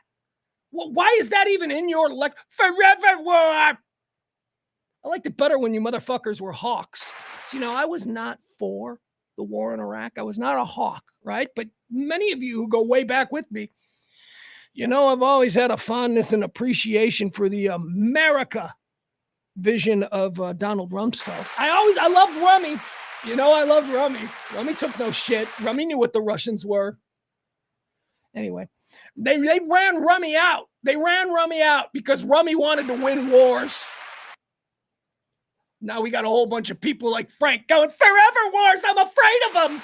I'm afraid the war will go on forever because we'll never try to win. Well, how about we fucking try and win with the world's biggest defense? Nobody's ever seen anything like we got. Moving on. And you know what? You think, oh, what are you? You're just some coward committing other people's. I got a 15-year-old son. You don't think I got skin in this game? I just don't think it's going to be that kind of war. I think it's going to be a bunch of drones, and I think it's going to be death from above. I think when we send boots on the ground in our next big world-conquering endeavor that I'm certain we are on the precipice of, when we put boots on the ground, it's going to be for motherfucking cleanup. Ain't going to be fighting any wars. And I say that knowing full well that that's where the biggest problems occurred in Iraq and Afghanistan. During the cleanup, it was, when we went in there, just to clean up. That's when our biggest body counts happened. I don't know. I'm just ranting. I'm just an angry American ranting. I just want things to be good again. Let's do it. There you go, ladies and gentlemen. That is our segment for today. Russia and shit. How about this one? Did you see this in Connecticut? this is a horrifying story, man. And it makes you wonder how many of these things are happening. Like right now, just because, Action News 5 didn't uncover this, like how many other places in this country right now is shit like this happening? Worse shit. So this comes to us out of Waterbury, Connecticut. I don't know if you saw this story yesterday. Waterbury, Connecticut. A man has been held captive for 20 years by his stepmother. He's 31 years old. He says this whole thing started when he was 11. His mom took him out of school when he was 11 because, I don't know, there's some this is a weird story. There are a lot of very bizarre things that are said in early reports that are then refuted in later report. I don't know. This is such an unbelievable story. I would not be shocked, and remember me saying this right now. Nose for news. I'm a good judge of character. I would not be shocked to find out that this story is kind of bullshit. Maybe this story isn't really what was presented to us, because what's being presented to us right now is that this evil, world's scariest stepmom has kept this 31-year-old man locked behind closed doors for 20 years in Connecticut. Now, I will say we have some problems here with this dude. He is 31 years old. He is 5'9", and he is 69 pounds. Okay, so again, what I don't know is this because of the horrendous 20 years of malnourishment and all of that, which certainly possible, and way too tragic. Or is he already is the reason that, he's locked up in this is because did he have some problems? You know what I mean? Like, was he born with dwarfism or whatever? You know what I mean? A lot of issues. People can't handle it. This is how cousins and family members get chained to trees in backyards for entire months. They live. That's old Aunt Cassie. She's lived in our attic for the last 60 years. Just leave her alone. Got to go up there and change her water every once in a while. Like, that used to be normal. Like, people had fucked up family members that they were called the black sheep, but it was very common. So maybe this dude was just mentally retarded, or there's something wrong with him. I don't know. But certainly the details that we have now, this young man, 31 years old, decided to set his house on fire. What did he use? He used printer ink. No, he used printer paper and hand sanitizer to start his bedroom on fire, which caused a massive, house fire. The fire department showed up. They rescued him from the room. He had severe smoke inhalation and small burns. But it turns out he started telling people the minute they showed up what was going on. And he's like, yeah, I started the fire. My mom's been keeping me locked in a room for 20 years. So that's the story. And oh my God. Oh, everybody from Aaron Burnett to the Five to, Chris Hayes.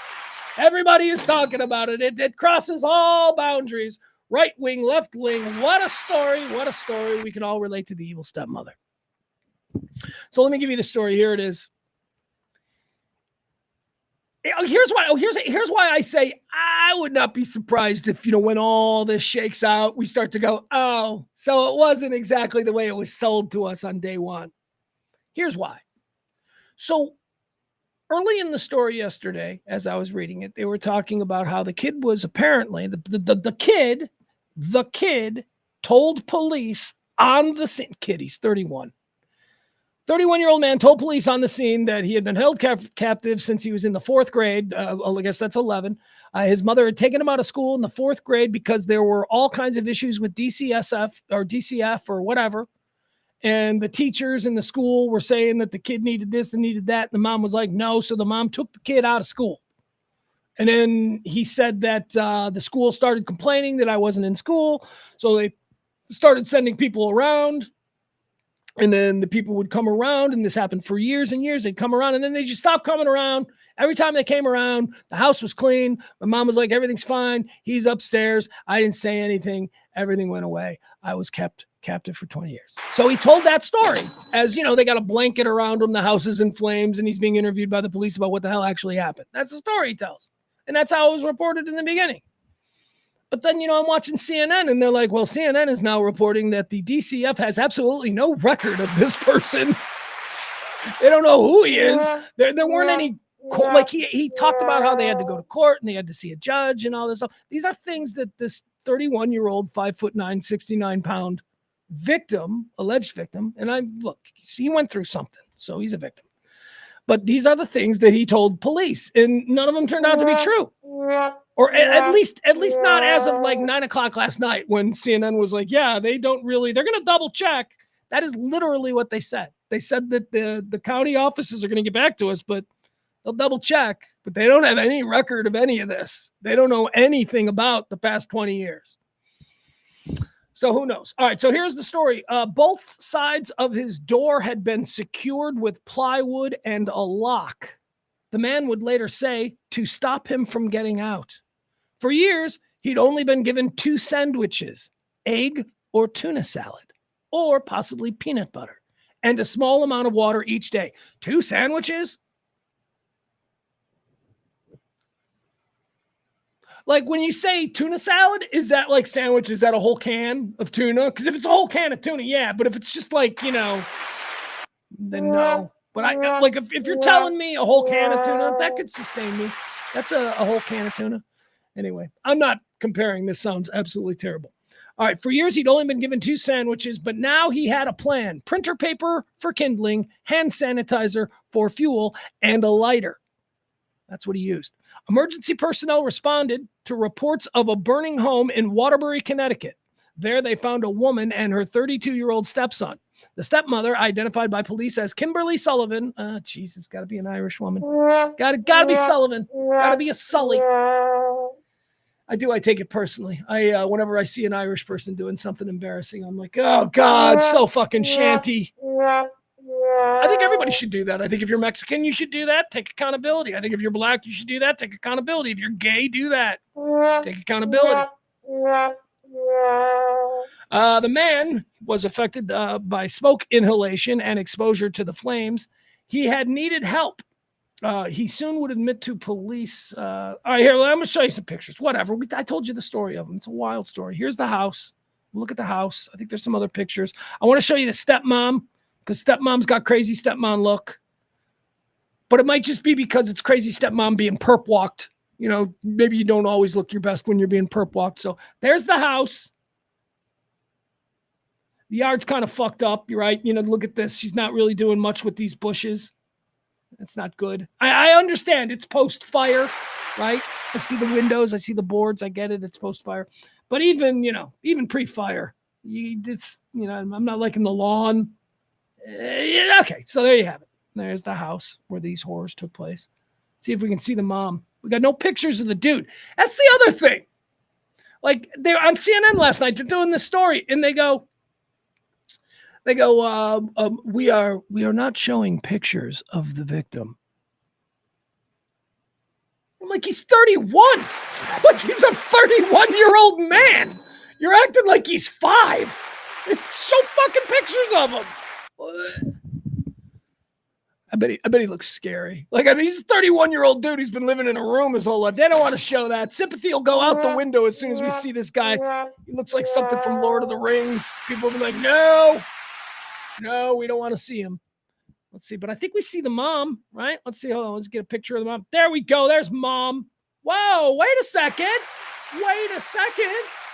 Mom don't look terrible. Y'all. Look at her. She's got kind of fashionable clothes on. She's a Christian woman. Look at her. She's got, she's good. That's it. Let her go. She did nothing wrong. Look at her. She's a good Christian woman. That changes everything, doesn't it? What's going on with her pants? It's kind of fashionable. She's kind of fashionable. She looks kind of good. That's a good outfit. The jacket doesn't really fit. You might want to do like more of a trench coat kind of a thing. But there you have it. That's the mom. She's being accused of locking her kid in a room. 31 years old. Like at first when I heard the 31 years old, I'm like, that's some bullshit. There ain't a 31-year-old man alive who'd be kept in a room by his old stepmom if he doesn't want to be kept in the room.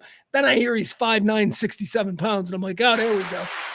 Yeah, I guess there is a 31-year-old alive. All right, any other pictures? You got a mugshot of her? Mrs. Sullivan is presumed innocent. Her attorney told CNN.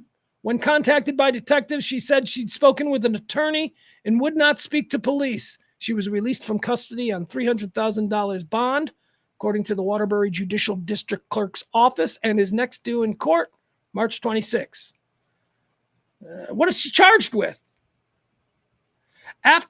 After the fire, an officer who saw the man, we don't need this anymore, right? We don't need that. After the fire, an officer who saw the man described him as extremely emaciated. He stood just 5'9" and weighed 70 pounds. He was dirty. His hair was matted. All his teeth looked rotten. Okay.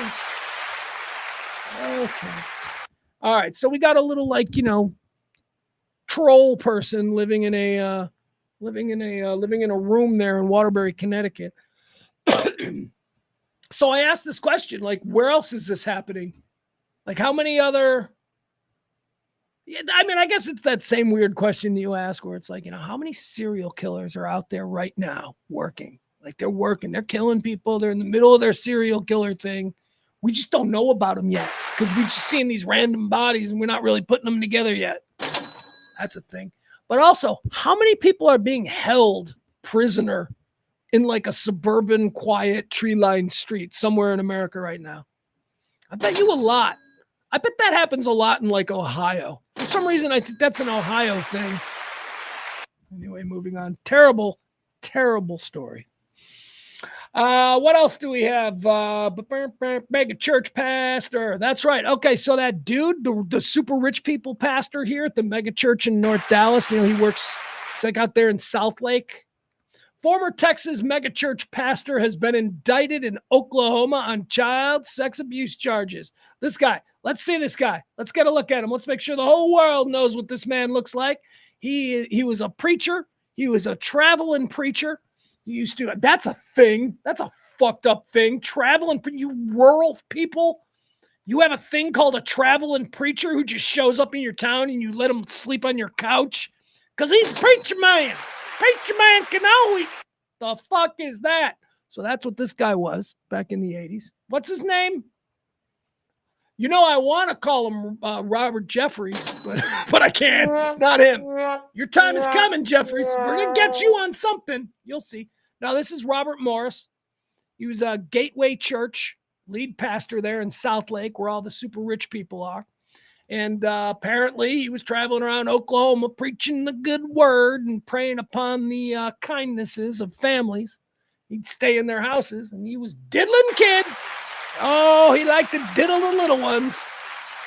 With the word Lord, good Lord. That's just a fucking homeless guy with a Bible. You're letting him in your house? What's going on, Nadine? Nothing, Mama. Studying the Bible with the homeless preacher man.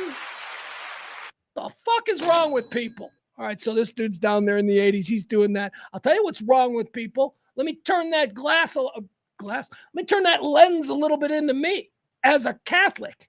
Here's what's wrong with people. People, when it comes to their religion, they're fucking stupid. Politics too. I mean, just look at MAGA. But people, when it comes to their like Catholicism, they're lying. They're not molesting children. That can't be something that I have given my entire life to, and a good portion of my income, and every month I tithe, and no, you don't want to believe it because it's not something you want to believe. So, the Catholics were the worst about it.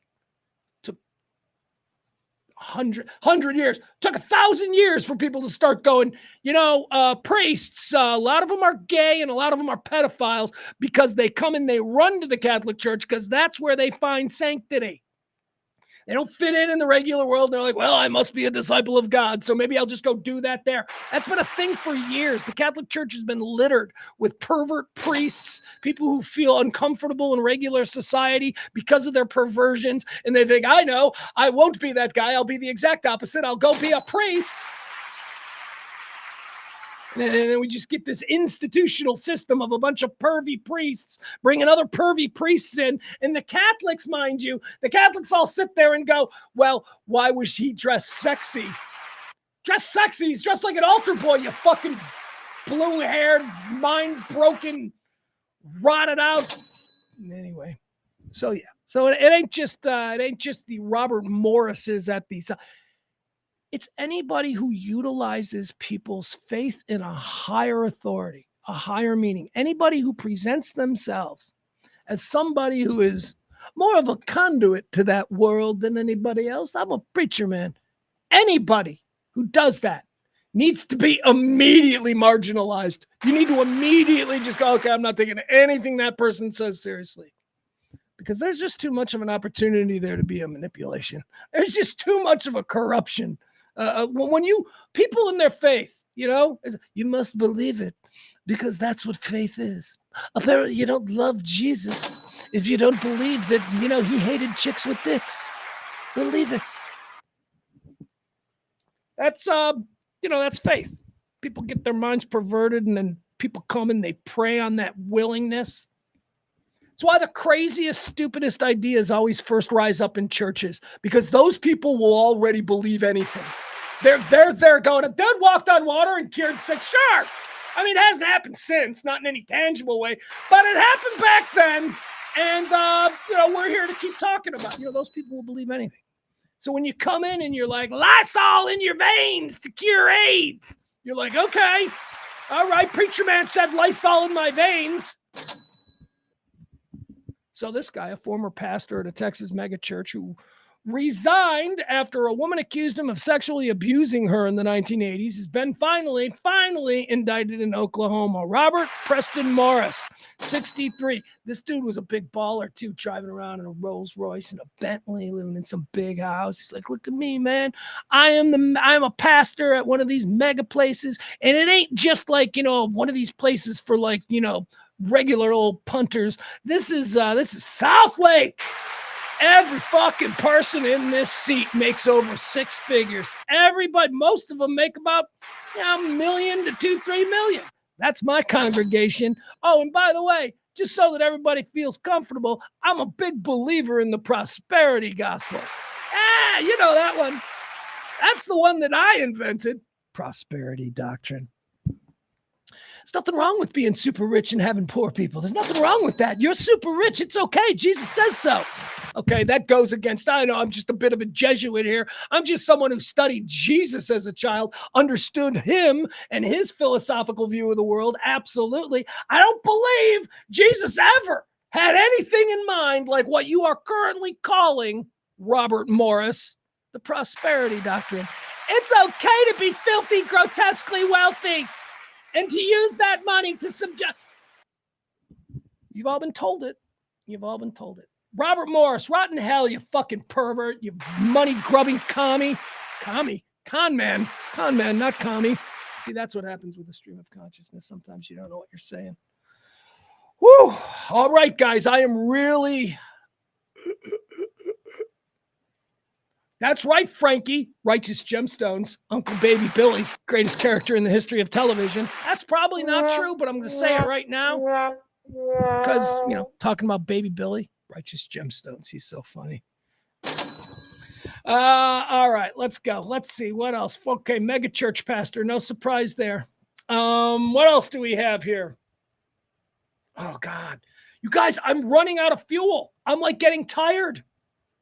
This is how busy today's show is. Oh, shit. God damn. I got so much more to do here. And I haven't even gotten to the thing that triggered me. All right, we're just going to jump ahead to that, okay? Because I'm running out of shit. Oh, but I also want to do that. I'm tired. I'm like emotionally like drained.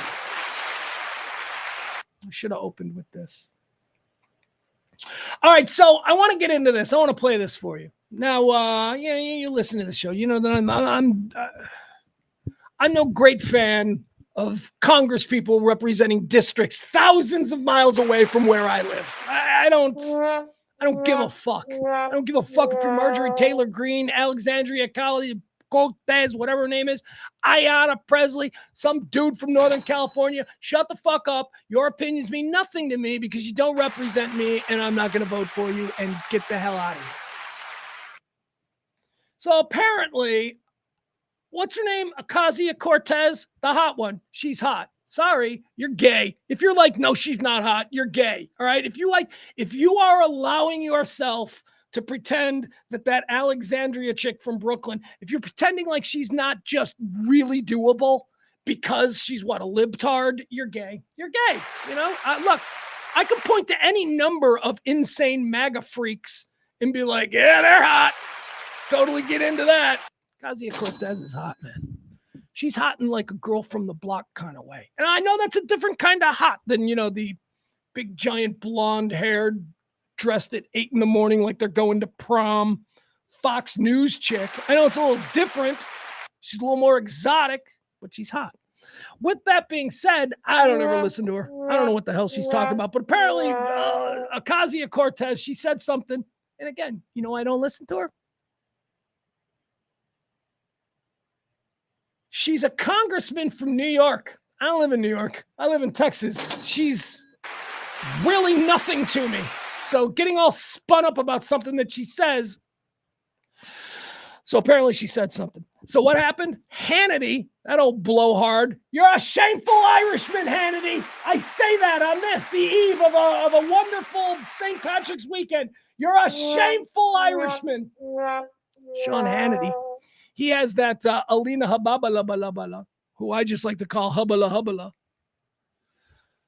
Alina Habba, that chick, that like super terrible lawyer. She's like a really bad lawyer. She has lost like every case. And I'm not kidding. Just go ahead. Go to Grok. I want you to go to Elon Musk friendly Grok on Twitter and just ask, as I did last night, is Alina Habba a good lawyer? And then they're just going to give you like everything that she's ever lost, everything that she's ever been sanctioned for and fined for. She's a terrible fucking lawyer. Did you also know, and you'll get this from Grok, did you know that she graduated in the bottom third from the worst law school in America? That's right. There are over 150 law schools ranked. Hers was the worst. So that's who Alina Habba is, right? Somehow she's the president's personal attorney. Why? Because she's super hot. She's super hot. Okay, so this is a good one. So who's hotter? Alina Habba. All right, there we go, guys. Let's do this game. Let's play. Let's play Kiss, Marry, Kick. All right, let's play Kiss, Marry, Kick. All right, I guess I got to do this. Let's do Kiss, Marry, Kick. Alexandria Ocasio-Cortez, Alina Habba, and Sean Hannity. Okay. I couldn't be married to Alina Habba. I couldn't. She's a fucking despicable person.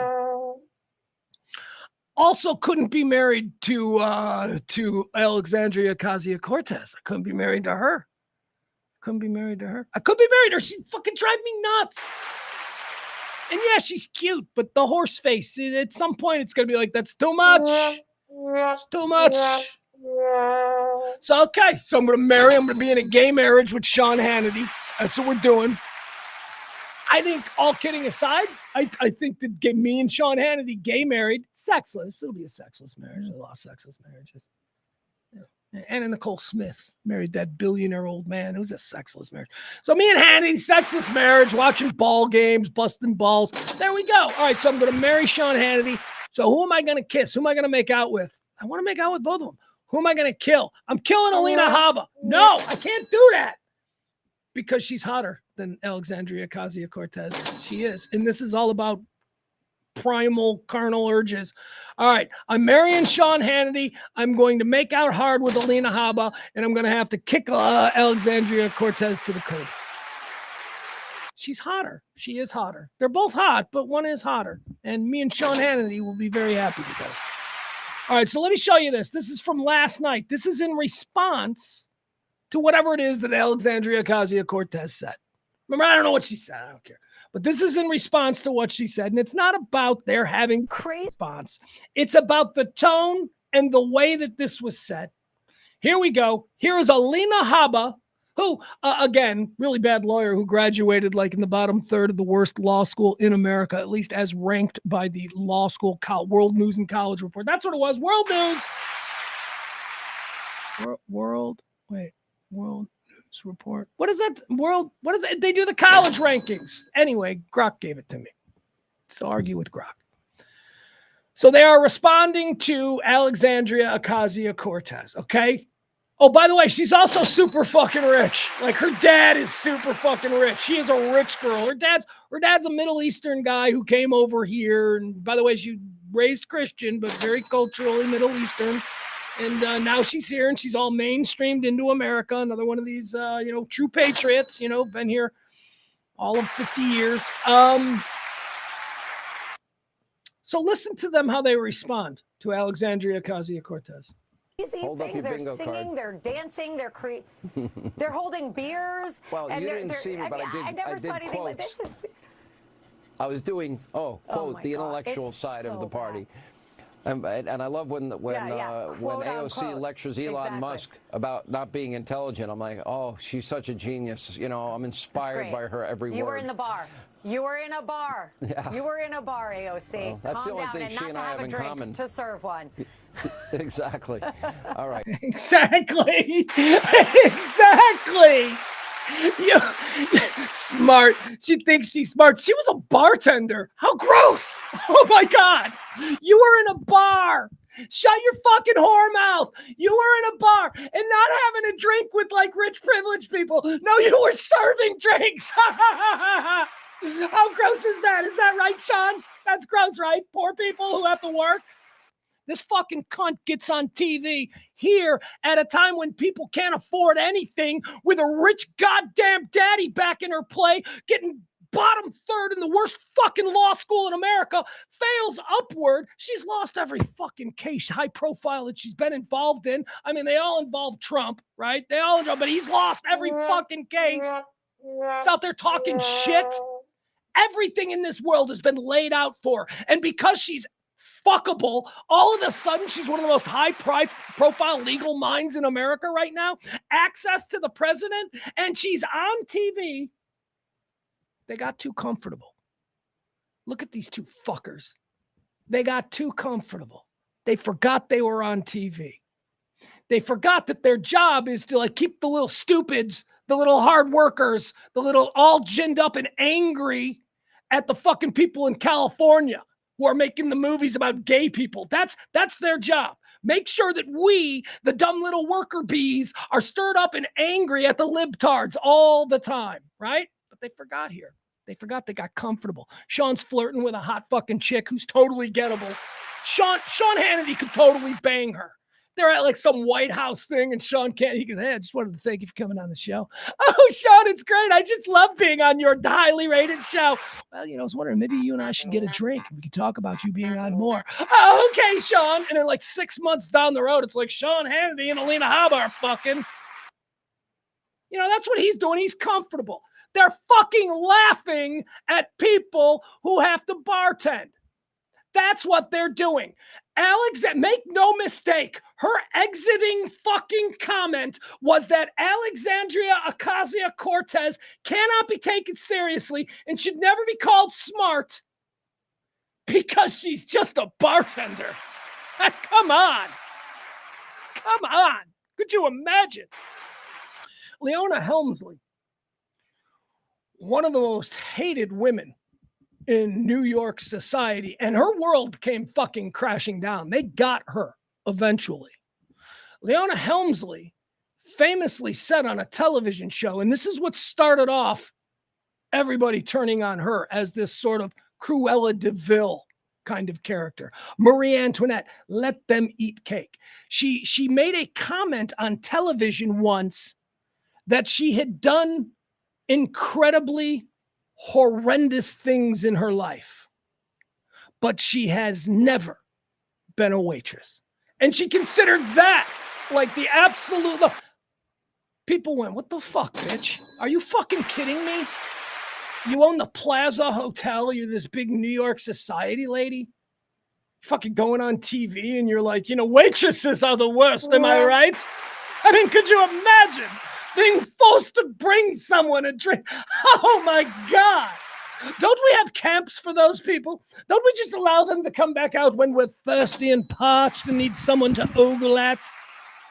Maybe a wench to fuck behind a dumpster. The fuck, man?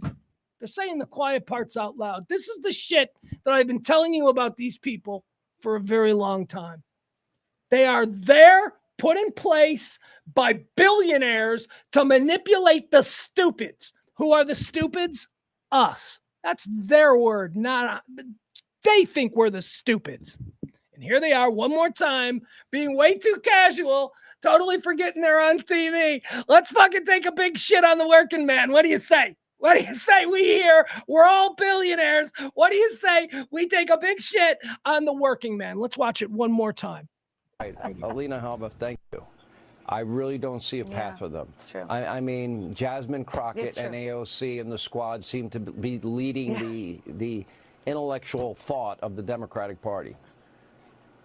What intellectual thought, Sean? The last I saw, they're dancing down the halls of Congress. I've never seen anything like this. I'm watching TikToks of crazy things. They're singing, they're dancing, they're holding beers. Well, and you didn't see me, but I never saw anything like this. I was doing, quote, the intellectual side of the party.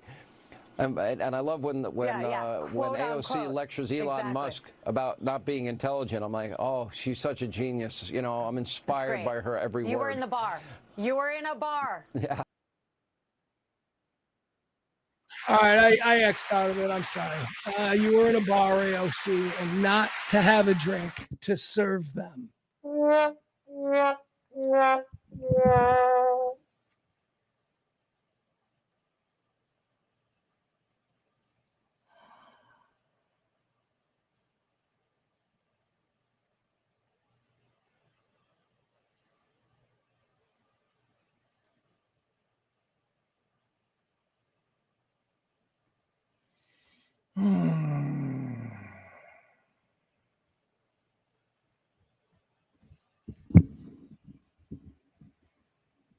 That shit really pisses me off.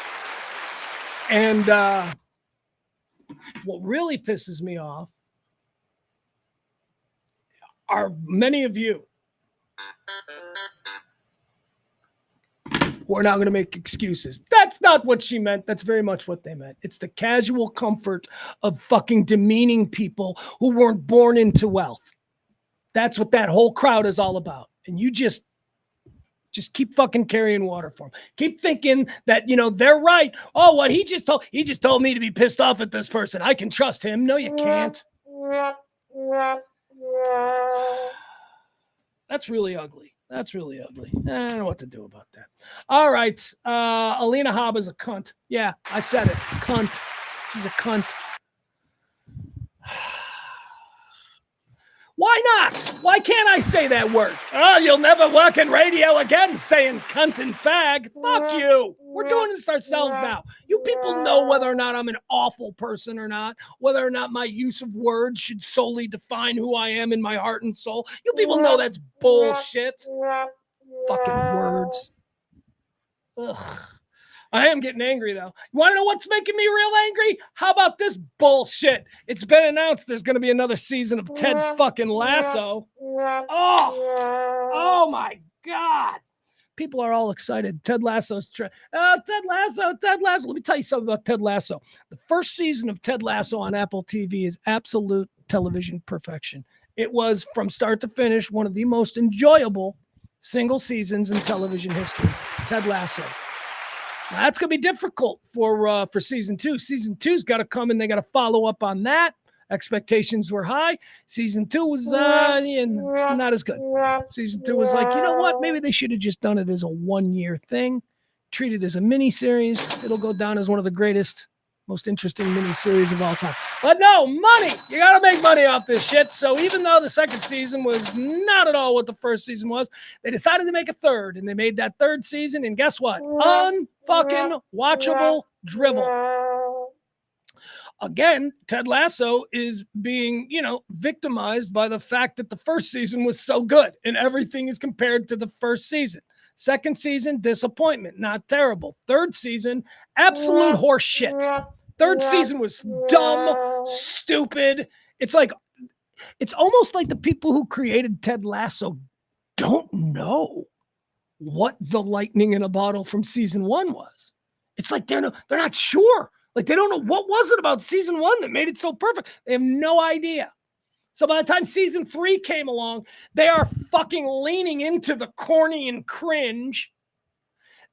The first season, there was corny and there was cringe, but it was adorable corny and cringe because everybody else in Ted Lasso was kind of a jerk off. And the whole idea of the first season was that one just supremely optimistic good dude hanging around a bunch of really awful, pessimistic, sarcastic folk could change them. One person could make the difference. That's what Ted Lasso did. That's what season 1 was. And then guess what happened? Season 2, all of the people who were bad, all the people who made it interesting, all the people who played against the Lasso type that made the show work were now suddenly good. Who's that chick? That's the other problem that I got. The problem I got with Ted Lasso, Rebecca. Rebecca's great, right? She's that big giant blonde Viking chick. She was the Shame remember her from Game of Thrones? She played the Shame nun, but now she's really famous for being on Ted Lasso. First season, she was a ball-breaking bitch who was the enemy. She was evil. She was Darth Vader in season 1. And season 2, now all of a sudden she's like a gay drag queen icon. It's like totally different. It's like that fucking sucks. I liked it better when Rebecca was, kind of a cunt. There I go. And I'm saying it this time in the context of the way they say in England, which is not at all offensive. Not at all. So that's what they did. They ruined it. They ruined it by just making everybody just wonderful. So for season 2, Ted Lasso made everybody wonderful. And it was just a bunch of wonderful lame people. And then season 3 was about everybody's wonderful except Nate. Nate became bad. And nobody gives a fuck about Nate. He's like a minor character. So that was the big thing. And anyway, after season 3 of Ted Lasso, they promised that would be all. They promised us that there would be no more Ted Lasso. And guess what? Here we go. Ted Lasso season 4. And yeah, I'm going to watch it. I'm going to hate watch it. Or maybe they'll pull it back. I don't know. I'll tell you something. The guy, what's his name? Lawrence. Everybody thinks that it's all Jason Sudeikis. Everybody thinks it's Jason Sudeikis. No, it's that Bill Lawrence, right? Bill Lawrence is the guy that actually put it all together. And Bill Lawrence has been cranking out other TV shows other than Ted Lasso. Like he's been capitalizing on how hot he got. After season 1 of Ted Lasso and they won all the awards, people were like, Bill Lawrence is one of the great television. So he got a whole bunch of shows. They gave him a whole bunch of shows. They all suck. They're all like, what? Except for one. And I don't know what it is. There is one that I'm like, okay, there we go. He's got a hit. Is it that one with Harrison Ford and Jason Segel and Jessica Brown? Is it that one? That's a good one. Shrinking? That's a good one. Other than that, though, Bill Lawrence ain't that good. And I can't imagine that he's going to make a really great season 4 of Ted Lasso. But okay, here we go. Turns out we haven't seen the last of Ted Lasso after all. Jason Sudeikis, the star and co-creator of the hit Apple TV series, confirmed on the New Heights podcast with Travis and Jason Kelsey that a 4th season is officially in the works. Ugh. No, thank you. Ted Lasso. I don't think so. Adam says, I love all the seasons, but it did drag a bit in season 3. Drag a bit? Is that how you say was wholly unwatchable? Because season 3 was wholly unwatchable. Season 1 was perfect. You got to stop. They should have been like, after season 1, they should have been like, there is no way that we can physically or emotionally or pen to paper match the greatness. They should quit. They should have quit. So I would have quit. I said, nope.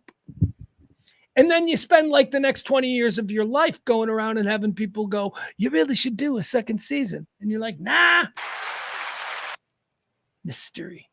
Come on. Hold back what they want. See, people wanted more Bill Lawrence and Jason Sudeikis. People wanted it. So they made it. And then people are like, yeah, we're good. We're good. You don't ever want to get to the place where we're good, which is where I think we are. Looking at the chat room. The chat room has absolutely been decimated here on this Friday. There's nobody here. Nobody cares. The show is done. I think I lost a lot of people sticking up for fucking bartenders in the working class, because I truly do believe that we, as we learned on this, the birthday of Karl Marx, I do understand and believe that we don't really get what's happening here. We have certainly not achieved the dream of Karl Marx, once again, born on this day in, let's say, 1512. I know it was like 18, I don't know. When was when was Karl Marx? When was he born? 1880 something? No. Like 1830. Let's go with, doesn't matter. After seeing Sean Hannity and Alina Habba just casually, thoughtlessly, and so goddamn comfortably make fun of people who bartend while being like super rich, totally privileged people, it is clear to me that all these years after the birth of Karl Marx that we have not reached any kind of consciousness. The poor people, the working class, have absolutely no understanding of who we are and where we sit. That's how we'll leave today's show. Just keep carrying water for the type of people who are so comfortable when they think nobody's around that they're going to fucking shit on bartenders. Because could you imagine? Could you imagine having to do something like that? All right, love you guys. One more time, thank you to our executive producer. He is Peter. Peter was our big exec producer of the day. Thank you, Peter. Peter was exec producer like 2 or 3 times this week, so we really do appreciate that. If you're so inclined, you want to support this kind of talk radio, you know how it works. You drop a little something. Maybe I go through a drive-through. Maybe I eat like a normal person today based on your kindness. I'm fine. Trust me, it's not that dire. I'm sitting in front of like a 70-inch TV. Obviously, shit ain't that bad. I love you guys. We'll see you back here on Monday, right? Monday at around noon, okay? Have a good weekend. It's going to be super cool. At least here in North Texas, it's going to be totally badass. All right, bye. Love you.